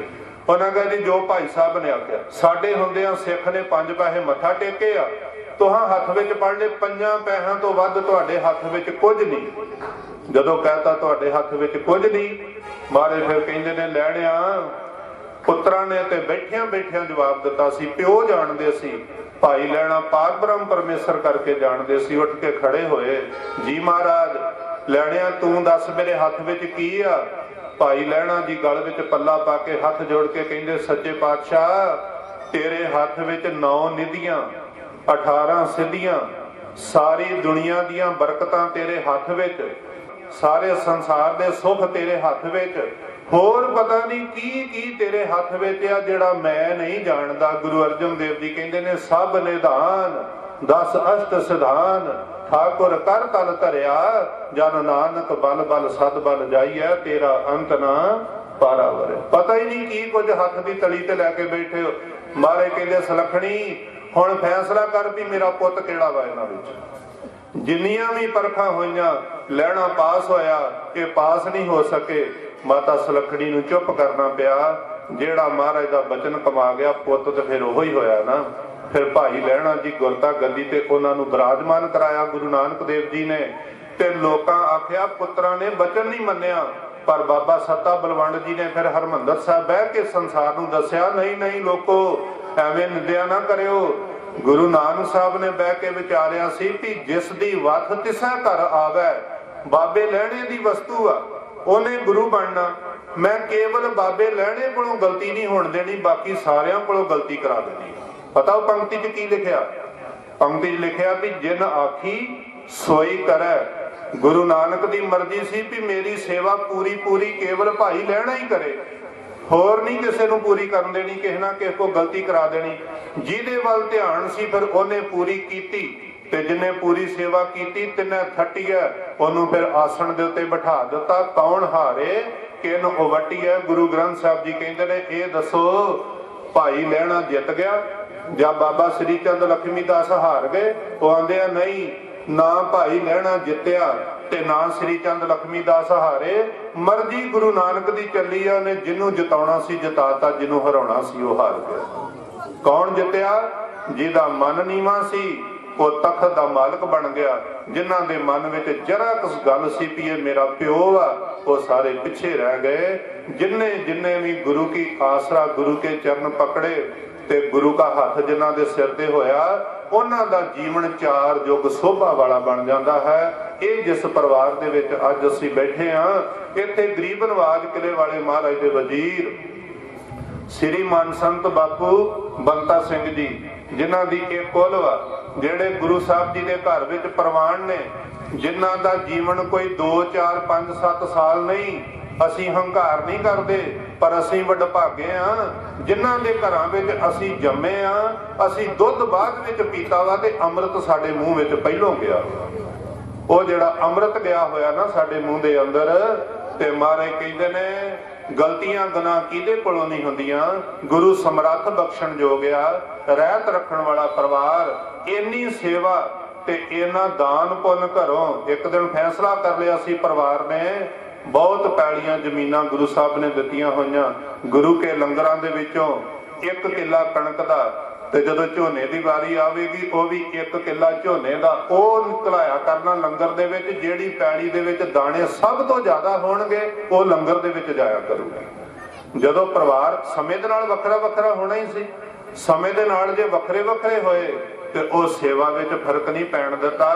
ਮਹਾਰਾਜ ਕਹਿੰਦੇ ਨੇ, ਜਿਹੜਾ ਘਰੋਂ ਦੇਣ ਲੱਗਿਆ ਨਾ ਝਕੇਗਾ, ਦਰਗਾਹ ਵੱਲੋਂ ਵੀ ਉਹਦੇ ਘਰ ਵਿੱਚ ਆਉਣ ਲੱਗਿਆ ਕੋਈ ਫਰਕ ਨਹੀਂ ਪਏਗਾ। ਜਿਹੜਾ ਹੱਥੋਂ ਕੁਝ ਦੇਣ ਲੱਗਿਆ ਹੱਥ ਘੁੱਟੇਗਾ, ਪਿੱਛੋਂ ਆਉਣਾ ਵੀ ਬੰਦ ਹੋ ਜਾਏਗਾ। ਮਹਾਰਾਜ ਭਾਈ ਗੁਰਦਾਸ ਜੀ ਦੇ ਵੀ ਬੋਲ ਨੇ, ਕਿਰਤ ਵਿਰਤ ਕਰ ਧਰਮ ਦੀ, ਹੱਥੋਂ ਦੇ ਕੇ ਭਲਾ ਮਨਾਵੇ। ਸੰਤ ਬਾਬਾ ਸੁਰਿੰਦਰ ਸਿੰਘ ਜੀ ਜਿਹੜੇ ਇਸ ਸੰਸਾਰ ਦੀ ਯਾਤਰਾ ਕਰਕੇ ਗਏ ਨੇ, ਉਹਨਾਂ ਦਾ ਜੀਵਨ ਜਿੰਨੇ ਸਾਲ ਉਹਨਾਂ ਨੇ ਜ਼ਿੰਦਗੀ ਕਮਾਈ ਹੰਢਾਈ ਆ ਨਾ, ਓਨੇ ਦੀ ਓਨੀ ਪੂਰੀ ਉਹਨਾਂ ਨੇ ਜੀਵਨ ਨੂੰ ਬਤੀਤ ਕੀਤਾ। ਕਿਉਂਕਿ ਜੰਮਦੇ ਮੂੰਹ ਵਿੱਚ ਅੰਮ੍ਰਿਤ ਪੈ ਗਿਆ ਤੇ ਜੰਮਦੇ ਬਾਣੀ ਬਾਣੇ ਦੇ ਧਾਰਨੀ ਹੋ ਗਏ। ਸੰਗਤ ਕੀਤੀ, ਸੇਵਾ ਕੀਤੀ, ਧਰਮ ਦੀ ਕਿਰਤ ਕਰਕੇ ਪਰਿਵਾਰ ਨੂੰ ਪਾਲਿਆ ਤੇ ਲੋੜਵੰਦ ਦੀ ਸੇਵਾ ਕੀਤੀ। ਜਿਹੜਾ ਇਹ ਕੰਮ ਕਰੇ ਉਹਨੂੰ ਮੇਰਾ ਗੁਰੂ ਨਾਨਕ ਕਹਿੰਦਾ, ਇਹ ਲੋਕ ਸੁਖੀਏ ਪਰ ਲੋਕ ਸੁਹੇਲੇ, ਨਾਨਕ ਹਰ ਪ੍ਰਭ ਆਪੇ ਮੇਲੇ। ਗੁਰੂ ਅਰਜਨ ਦੇਵ ਜੀ ਕਹਿੰਦੇ ਨੇ, ਹਰ ਕੇ ਸੰਤ ਪ੍ਰਿਯ ਪ੍ਰੀਤਮ ਪ੍ਰਭ ਕੇ, ਤਾਂ ਕਹਿ ਹਰ ਹਰ ਗਾਈਐ। ਨਾਨਕ ਇਹਾਂ ਸੁਖ ਆਗੈ ਮੁਖ ਉਜਲ ਸੰਗ ਸੰਤਨ ਕੈ ਪਾਈਐ। ਜਿਨ੍ਹਾਂ ਨੂੰ ਸੰਤਾਂ ਦੀ ਸੰਗਤ ਮਿਲ ਗਈ, ਮਾਰੇ ਕਹਿੰਦੇ ਉਹਨਾਂ ਨੂੰ ਇੱਥੇ ਵੀ ਮੂੰਹ ਉਹਨਾਂ ਦਾ ਉਜੜਾ ਤੇ ਦਰਗਾਹ ਵਿੱਚ ਜਾਣਗੇ ਤੇ ਬੜਾ ਸੁਖ ਮਿਲੇਗਾ, ਕਿਉਂਕਿ ਉਹ ਹਰ ਗੁਣ ਗਾ ਕੇ ਗਏ ਹੋਏ ਹਨ। ਸਤਿਗੁਰੂ ਕਿਰਪਾ ਕਰੇ। ਉਹਨਾਂ ਦਾ ਵੀ ਇਹ ਟਾਈਮ ਟੇਬਲ ਸੀ ਬੜਾ ਸੋਹਣਾ। 2 ਵਜੇ ਉੱਠ ਕੇ ਬੰਗਲਾ ਸਾਹਿਬ ਤੋਂ ਜਿਹੜਾ ਸੁਖਮਨੀ ਸਾਹਿਬ ਆਉਂਦਾ ਨਾ, ਆਰੰਭ ਹੋ ਜਾਂਦਾ, ਉਹ ਟੀਵੀ ਲਾ ਕੇ 2 ਵਜੇ ਮਨੇਰੇ ਰੋਜ਼, ਭਾਵੇਂ ਜ਼ਿਮੀਂਦਾਰਾ ਕਿਰਤ ਵਿਹਾਰ ਬੜਾ ਸਖਤ ਆ, 2 ਵਜੇ ਟੈਲੀਵਿਜ਼ਨ ਲਾ ਕੇ ਚੌਂਕੜਾ ਮਾਰ ਕੇ ਅੱਗੇ ਬਹਿ ਜਾਣਾ, ਨਾਲੇ ਬਾਣੀ ਸੁਣਨੀ, ਨਾਲੇ ਆਪਣੀ ਦੇਹ ਦੇ ਵਾਸਤੇ ਯੋਗ ਅਭਿਆਸ ਕਰਨਾ। ਕਈ ਲੋਕੀ ਮੈਂ 1 ਮਿੰਟ ਕਹਿ ਕੇ ਫਤਿਹ ਬੁਲਾਦਾ, ਸੰਗਤ ਵਿੱਚ ਜਾਣ ਲੱਗਿਆ ਝਾਕਾ ਜਾ ਕਰ ਲੈਂਦੇ ਆ ਵੀ ਸੰਗਤ 'ਚ ਬਹਿ ਗਏ ਤੇ ਸਾਡਾ ਕੰਮ ਪਿੱਛੇ ਪੈ ਜਾਣਾ, ਅਸੀਂ ਤੇ ਪੱਠੇ ਪਾਉਣੇ ਆ, ਅਸੀਂ ਦੁੱਧ ਲੈ ਕੇ ਜਾਣਾ। ਇੱਕ ਗੁਰੂ ਅਰਜਨ ਦੇਵ ਜੀ ਦੀ ਪੰਕਤੀ ਮੈਂ ਕਹਿ ਕੇ ਫਤਿਹ ਬੁਲਾਦਾ। ਮਾਰੇ ਕਹਿੰਦੇ ਨੇ, ਆਗੈ ਸੁਖ ਮੇਰੇ ਮੀਤਾ, ਪਾਛੇ ਆਨੰਦ ਪ੍ਰਭ ਕੀਤਾ, ਪਰਮੇਸ਼ਰ ਬਣਤ ਬਣਾਈ, ਫਿਰ ਡੋਲਤ ਕਤਹੁ ਨਾਹੀ। ਜਿਨ੍ਹਾਂ ਨੂੰ ਗੁਰੂ ਤੇ ਭਰੋਸਾ ਆ ਜਾਂਦਾ ਨਾ, ਉਹ ਚੌਂਕੜੀ ਮਾਰ ਲੱਗਿਆ ਨਹੀਂ ਡਰਦੇ ਵੀ ਜ਼ਿਆਦਾ ਚਿਰ ਬਹਿ ਗਏ ਤੇ ਕੰਮ ਪਿੱਛੇ ਪੈ ਜਾਣਾ। ਮਾਰੇ ਕਹਿੰਦੇ ਆ, ਤੂੰ ਨਿੱਠ ਕੇ ਬਹਿ, ਮੈਂ ਤੇਰੀ ਜ਼ਿੰਦਗੀ ਏਦਾਂ ਦੀ ਬਣਾ ਦਿਆਂਗਾ, ਤੇਰਾ ਕੰਮ ਕਦੀ ਵੀ ਪਿੱਛੇ ਨਹੀਂ ਪੈ ਸਕਦਾ। ਜਿੰਨਾ ਮਰਜ਼ੀ ਸੰਗਤ ਵਿੱਚ ਚੌਂਕੜੀ ਮਾਰ ਕੇ ਬਹਿ, ਤੈਨੂੰ ਵੀ ਸੁੱਖ, ਤੇਰੇ ਧੀਆਂ ਪੁੱਤਰਾਂ ਨੂੰ ਵੀ। ਤੇ ਜਦੋਂ ਜ਼ਿੰਦਗੀ ਕਮਾ ਕੇ ਅੱਗੇ ਜਾਏਗਾ, ਅੱਗੇ ਤੇਰੇ ਵਾਸਤੇ ਸੁੱਖਾਂ ਦਾ ਘਰ ਤਿਆਰ ਕੀਤਾ ਹੋਊ। ਆਗਿਆ ਸੁਖ ਮੇਰੇ ਮੀਤਾ, ਪਾਛੇ ਆਨੰਦ ਪ੍ਰਭ ਕੀਤਾ, ਪਰਮੇਸ਼ਰ ਬਣਤ ਬਣਾਈ, ਫਿਰ ਡੋਲਤ ਕਤਹੁ ਨਾਹੀ। ਉਹ ਕਦੀ ਨਹੀਂ ਡੋਲਦੇ। ਏਦਾਂ ਦਾ ਗੁਰਮੁਖ ਪਰਿਵਾਰ ਹੈ। ਉਹਨਾਂ ਦੇ ਲਾਇਕ ਬੱਚੇ, ਸਾਰੇ ਭਰਾ, ਸਾਰਾ ਹੀ ਪਰਿਵਾਰ, ਬਾਬੂ ਬੰਦਾ ਸਿੰਘ ਜੀ, ਇੱਧਰ ਸੰਤ ਸਰੈਣ ਸਿੰਘ ਜੀ ਹੁਣਾਂ ਦਾ ਪਰਿਵਾਰ, ਸਾਰੇ ਹੀ ਗੁਰੂ ਸਾਹਿਬ ਜੀ ਦੇ ਨਾਲ ਜੁੜੇ ਹੋਏ ਨੇ। ਮਹਾਰਾਜ ਕਿਰਪਾ ਕਰਨ। ਉਹ ਜੀਂਦੇ ਵੀ ਗੁਰੂ ਚਰਨਾਂ ਵਿੱਚ ਸੀ ਤੇ ਦੇਹ ਤਿਆਗ ਕੇ ਵੀ ਗੁਰੂ ਚਰਨਾਂ ਵਿੱਚ ਨੇ। ਫਿਰ ਵੀ ਜੋ ਸਿੱਖਾਂ ਦਾ ਫਰਜ਼ ਆ, ਗੁਰੂ ਗ੍ਰੰਥ ਸਾਹਿਬ ਜੀ ਦੇ ਅੱਗੇ ਖਲੋ ਕੇ ਕਿਲੇ ਵਾਲੇ ਮਹਾਰਾਜ ਸਾਰੀ ਜ਼ਿੰਦਗੀ ਹੋਕਾ ਦਿੱਤਾ।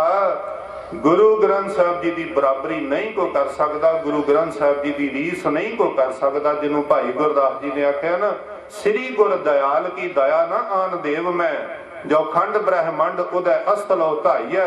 ਸਾਰੀ ਦੁਨੀਆ ਤੇ ਫਿਰ ਕੇ ਵੇਖ ਲੋ, ਗੁਰੂ ਗ੍ਰੰਥ ਸਾਹਿਬ ਜੀ ਵਰਗਾ ਗੁਰੂ ਨਹੀਂ ਕੋ ਲੱਭੇਗਾ।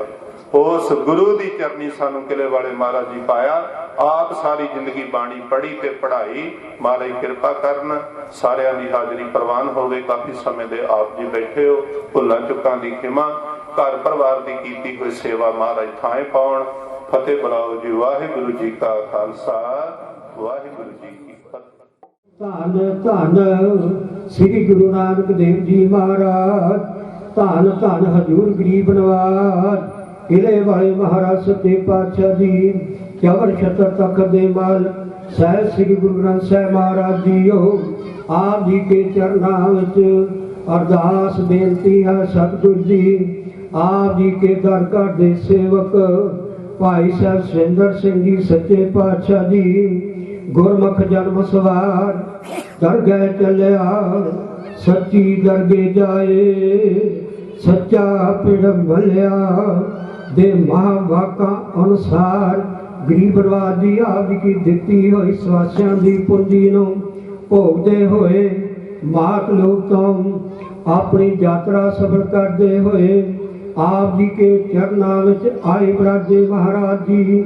ਉਹਨਾਂ ਦੇ ਪਰਿਵਾਰ ਵੱਲੋਂ, ਉਹਨਾਂ ਦੇ ਨਿਮਿਤ ਧੁਰ ਕੀ ਬਾਣੀ ਦੇ ਸਹਿਜ ਪਾਠ ਪ੍ਰਾਰੰਭ ਕਰਵਾਏ ਸਨ। ਗਰੀਬ ਨਵਾਜ ਜੀ ਆਪ ਜੀ ਕੀ ਕਿਰਪਾ ਹੋਈ ਹੈ। ਸਹਿਜ ਪਾਠਾਂ ਦੇ ਭੋਗ ਪਏ ਹਨ ਮਹਾਰਾਜ ਜੀ।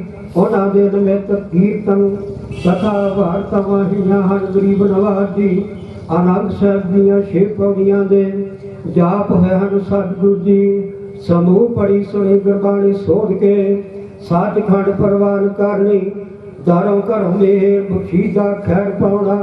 ਸਤਿਗੁਰ ਜੀ ਪੜੀ ਸੁਣੀ ਗੁਰਬਾਣੀ ਦਾ ਮਹਾਤਮ ਵਿਛੜੀ ਰੂਹ ਦੀ ਆਤਮਾ ਨੂੰ ਬਖਸ਼ ਕੇ ਆਪਣੀ ਸਾਧ ਸੰਗਤ ਵਿੱਚ ਨਿਵਾਸ ਬਖਸ਼ਣਾ, ਪਰਿਵਾਰ ਨੂੰ ਭਾਣਾ ਮੰਨਣ ਦਾ ਬਲ ਬਖਸ਼ਣਾ, ਗੁਰਸਿੱਖੀ ਨਾਮਦਾਨ ਦੀਆਂ ਦਾਤਾਂ ਬਖਸ਼ਣੀਆਂ, ਬੱਚਿਆਂ ਦੀਆਂ ਲੰਮੀਆਂ ਉਮਰਾਂ, ਤੰਦਰੁਸਤੀਆਂ, ਵਿਦਿਆ ਭਗਤੀ ਦੀ ਦਾਤ, ਗੁਰੂ ਘਰ ਮਾਤਾ ਪਿਤਾ ਦੇ ਸੇਵਾਦਾਰ, ਆਗਿਆਕਾਰ ਬਣ ਸੰਤ ਮਹਾਂਪੁਰਖਾਂ ਦੇ ਮਹਾਰਾਜ ਦੇ ਮਾਰਗ ਤੇ ਚੱਲ ਕੇ ਸਦਾ ਚੜ੍ਹਦੀਆਂ ਕਲਾ ਵਾਲਾ ਜੀਵਨ ਬਤੀਤ ਕਰਨ ਸਤਿਗੁਰ ਜੀ ਕਿਰਪਾ ਕਰਨੀ ਦਇਆ ਕਰਨੀ ਮਹਾਰਾਜ ਜੀਓ।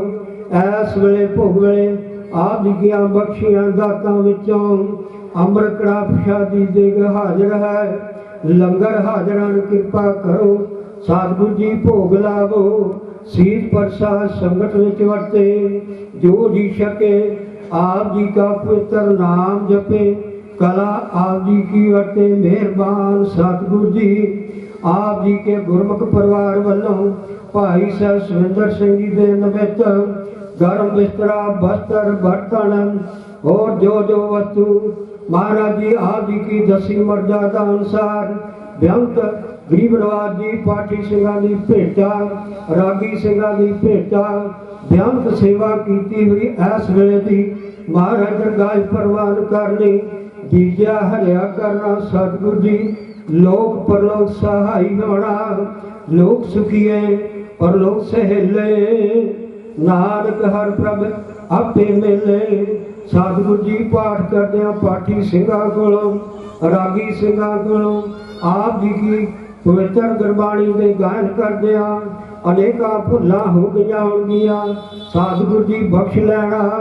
घर वाले प्रेमियां वालों अनेका भुलां हो गईयां होणगीआं। सेवा करदिआं महाराज जी बख्श लैना। अगे तो मेहर करनी दया करनी तंदुरुस्तियां बख्शियां तेरी भले खजाए तू बख्शंदगी शेख फरीदे खैर दीजे बंदगी। महाराज जी सारे परिवार के सिर ते मेहर भरिया हथ रखना किरपा करनी। आईयां संगतां दियां हाजरियां सीसां प्रवान करनिया अते संत भाई साहब सुंदर सिंह जी दी आप जी के चरणों विच निवास मिले सुख होवे मेहर होवे। महाराज जी आप जी के परिवार वालों आप जी को सुंदर पहचाके हाजिर कीते महाराज अंगीकार कीते हैं सेवकां दे लोक परलोक पढ़ते चकड़े महाराज सच्चे पातशाह जी दया करनी मेहर करनी। जो कुछ करना सो तेरे पास के सागर की अरदास। महाराज जी कृपा करो अपने श्री मुखवा बख्श के संगतां नूं किरदार्थ करो। जो आप जी के दारां विच सो राजी जावे। सिख पढ़दे सुनदे सरबत लाहेवंद होवण। नानक नाम चढ़दी कला तेरे भाणे सरबत दा भला। हर भगता का आसरा आन नाही ठाओ। ताण दीवान परवार धन प्रभ तेरा नाओ। हर भगता का आसरा आन नाही ठाओ। ताण दीवान परवार धन प्रभ तेरा नाओ। कर कृपा प्रभ अपनी अपने दास रख लिए। निंदक निंदा कर पचे जम काल ग्रसिए। राव संता एक त्यावणा दूसर को नाहे। एक से आगे बेनती रवया सर्ब थाए। कथा पुरातन यो सुनी भगतन की बाणी। सगल दुट खंड खंड किए जान लिए मानी। सत बचन नानक कह प्रगट सब माहे। प्रभ के सेवक शरण प्रभ तिन को भौ नाहे। सत बचन नानक कह प्रगट सब थामा है। प्रभ के सेवक शरण प्रभ तिन को भौ नाहे। वाहिगुरु जी का खालसा श्री वाहिगुरु जी की फतेह।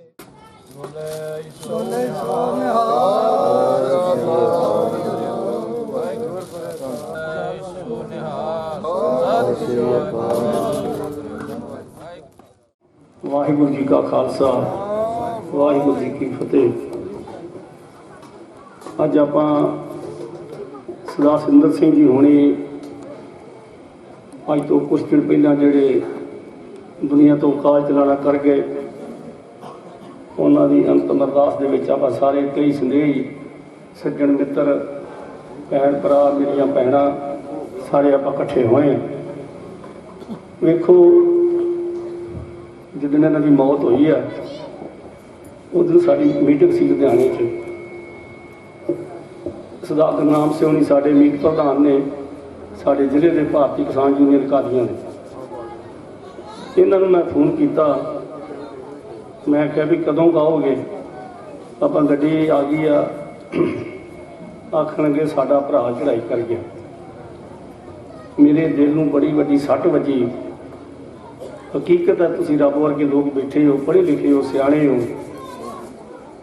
ਜਦੋਂ ਕਿਸੇ ਦਾ ਭਰਾ ਮਰਦਾ ਨਾ, ਇੱਕ ਵਾਰੀ ਹਨੇਰੀ ਆਉਂਦੀ ਆ। ਅੱਜ ਭਾਵੇਂ ਬਹੁਤ ਅਸੀਂ ਪਿਛਾਂਹ ਚਲੇ ਗਏ ਹਾਂ, ਕਿਉਂਕਿ ਮੇਰੇ ਉੱਤੋਂ ਦੀ ਇਹ ਗੱਲ ਲੰਘੀ। ਅਸੀਂ ਵੀ 5 ਭਰਾ ਸਾਂ, 3 ਭਰਾ ਥੰਮਾਂ ਵਰਗੇ ਇੱਦਾਂ ਦੇ ਚਲੇ ਗਏ ਦੁਨੀਆ ਤੋਂ, ਪਰ ਫਿਰ ਵੀ ਸਾਨੂੰ ਇੱਕ ਤੇ ਪੱਥਰ ਰੱਖ ਕੇ ਚੱਲਣਾ ਪਿਆ। ਬਹੁਤ ਹੀ ਦੁਖਦਾਈ ਇਹ ਹੁੰਦਾ ਹੈ ਕਿ ਇਹੋ ਜਿਹੀ ਉਮਰ ਦੇ ਵਿੱਚ ਬੰਦੇ ਚਲੇ ਜਾਣੇ। ਘਰ ਨੂੰ ਘਾਟ ਪੈਂਦੀ ਹੈ, ਸੰਸਾਰ ਨੂੰ ਘਾਟ ਪੈਂਦੀ ਆ, ਇਲਾਕੇ ਨੂੰ ਘਾਟ ਪੈਂਦੀ ਹੈ ਚੰਗੇ ਬੰਦਿਆਂ ਤੋਂ। ਉੱਦਾਂ ਤਾਂ ਮੇਰੇ ਵਰਗਿਆਂ ਦੀਆਂ ਸੜਕਾਂ ਭਰੀਆਂ ਨੇ, ਪਰ ਜਿਹੜੇ ਲੋਕਾਂ ਦਾ ਦਰਦ ਆਪਣੇ ਸਿਰ ਤੇ ਹੰਢਾਉਂਦੇ ਆ ਉਹ ਬਹੁਤ ਥੋੜ੍ਹੇ। ਤੁਸੀਂ ਵੇਖਿਆ ਲੰਮਾ ਸਮਾਂ ਤੁਹਾਡੇ ਤੇ ਬਹੁਤ ਵੱਡਾ ਭੁਚਾਲ ਆਇਆ ਕਾਨੂੰਨਾਂ ਦਾ, ਉਹਦੇ ਵਿੱਚ ਤੁਸੀਂ ਬਹੁਤ ਵੱਡਾ ਸਹਿਯੋਗ ਪਾਏ ਨੇ। ਇਸ ਪਰਿਵਾਰ ਨੇ ਬਹੁਤ ਹੀ ਪਾਇਆ।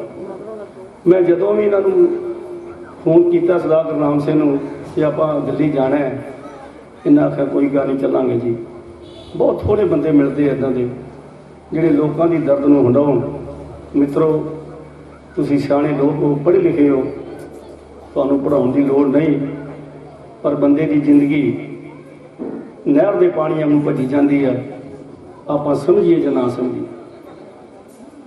ਜਿੱਦਾਂ ਨਹਿਰ ਦਾ ਪਾਣੀ ਭੱਜਿਆ ਜਾਂਦਾ, ਰਾਮ ਗਿਓ ਜਾਂ ਕੋ ਬਹੁ ਪਰਿਵਾਰ ਉਹ ਨਾਨਕ ਧਰ ਕੁਝ ਨਹੀਂ ਸੁਪਨੇ ਜੋ ਸੰਸਾਰ। 80 ਸਾਲਾਂ ਵਾਲਾ ਵੀ ਆਂਦਾ ਮੈਂ ਕੱਲ ਪੈਦਾ ਹੋਇਆ, 20 ਸਾਲ ਵਾਲਾ ਵੀ ਆਂਦਾ ਮੈਂ ਕੱਲ ਪੈਦਾ ਹੋਇਆ। ਯਾਰ ਇਹਦੀ ਕੱਲ ਦੀ ਗੱਲ।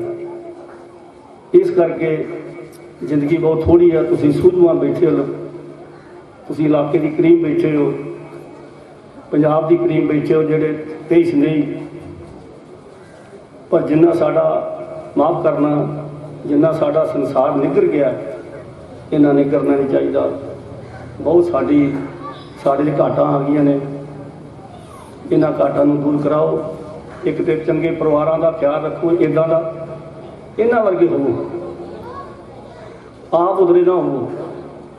ਜਿਹੜੇ ਨਗਰਾਂ ਦੇ ਵਿੱਚ ਘੱਟ ਗਿਣਤੀ ਹਮੇਸ਼ਾ ਹੁੰਦੀ ਹੈ ਨਾ, ਉਹ ਜਿੰਨਾ ਵੀ ਵੱਢ ਫੱਟ ਕਰਾਏ ਪਿੰਡਾਂ ਦੇ ਵਿੱਚ ਉਹਨਾਂ ਨੂੰ ਫਾਇਦਾ ਹੁੰਦਾ। ਪਰ ਇਹੋ ਜਿਹੇ ਪਰਿਵਾਰਾਂ ਦੀ ਜ਼ਰੂਰ ਗੁੜਤੀ ਲਿਆ ਕਰੋ। ਮੇਰੀਆਂ ਭੈਣਾਂ ਬਹੁਤ ਪੜ੍ਹੀ ਲਿਖੀਆਂ ਬੈਠੀਆਂ ਨੇ, ਮੇਰੀਆਂ ਧੀਆਂ ਵੀ ਬੈਠੀਆਂ, ਤੁਸੀਂ ਮੇਰੇ ਭਰਾ ਵੀ ਬੈਠੇ ਹੋ। ਤੁਹਾਡਾ ਟਾਈਮ ਲੈਣਾ, ਟਾਈਮ ਬਹੁਤ ਜ਼ਿਆਦਾ ਹੋ ਗਿਆ। ਤੁਹਾਡਾ ਬਹੁਤ ਧੰਨਵਾਦ। ਸਰਦਾਰ ਗੁਰਨਾਮ ਸਿੰਘ ਹੋਣੀ ਆਖਣ ਲੱਗੇ ਵੀ ਤੁਸੀਂ 2 ਮਿੰਟ ਧੰਨਵਾਦ ਕਰ ਦਿਓ। ਮੈਂ ਕਿਹਾ ਯਾਰ ਟਾਈਮ ਤਾਂ ਬਹੁਤ ਜ਼ਿਆਦਾ ਹੋ ਗਿਆ, ਸਾਰੇ ਸੂਝਵਾਨ ਨੇ। ਹੁਣ ਇਹਨਾਂ ਵੱਲੋਂ ਸਰਦਾਰ ਗੁਰਨਾਮ ਸਿੰਘ ਵੱਲੋਂ, ਇਸ ਪਰਿਵਾਰ ਵੱਲੋਂ ਬੇਨਤੀ ਆ ਕਿ ਕਿਸੇ ਨੇ ਪ੍ਰਸ਼ਾਦਾ ਛਕਣ ਤੋਂ ਬਗੈਰ ਨਹੀਂ ਜਾਣਾ। ਥੋੜ੍ਹੇ ਤੋਂ ਥੋੜ੍ਹਾ, ਬਹੁਤੇ ਤੋਂ ਬਹੁਤਾ, ਜਿੰਨਾ ਵੀ ਕਿ ਛਕਣਾ ਪ੍ਰਸ਼ਾਦਾ ਛਕ ਕੇ, ਬੀਬੀਆਂ ਪਹਿਲਾਂ ਵੀਰ ਪਹਿਲਾਂ ਛਕ ਲੈਣਗੇ, ਮੇਰੀਆਂ ਭੈਣਾਂ ਬਾਅਦ ਛਕ ਲੈਣਗੀਆਂ। ਇੰਨੀਆਂ ਹੀ ਗੱਲਾਂ ਕਰਦਾ ਹੋਇਆ ਮੈਂ ਖਿਮਾ ਦਾ ਜਾਜਕਾਂ। ਵਾਹਿਗੁਰੂ ਜੀ ਕਾ ਖਾਲਸਾ, ਵਾਹਿਗੁਰੂ ਜੀ ਕੀ ਫਤਿਹ।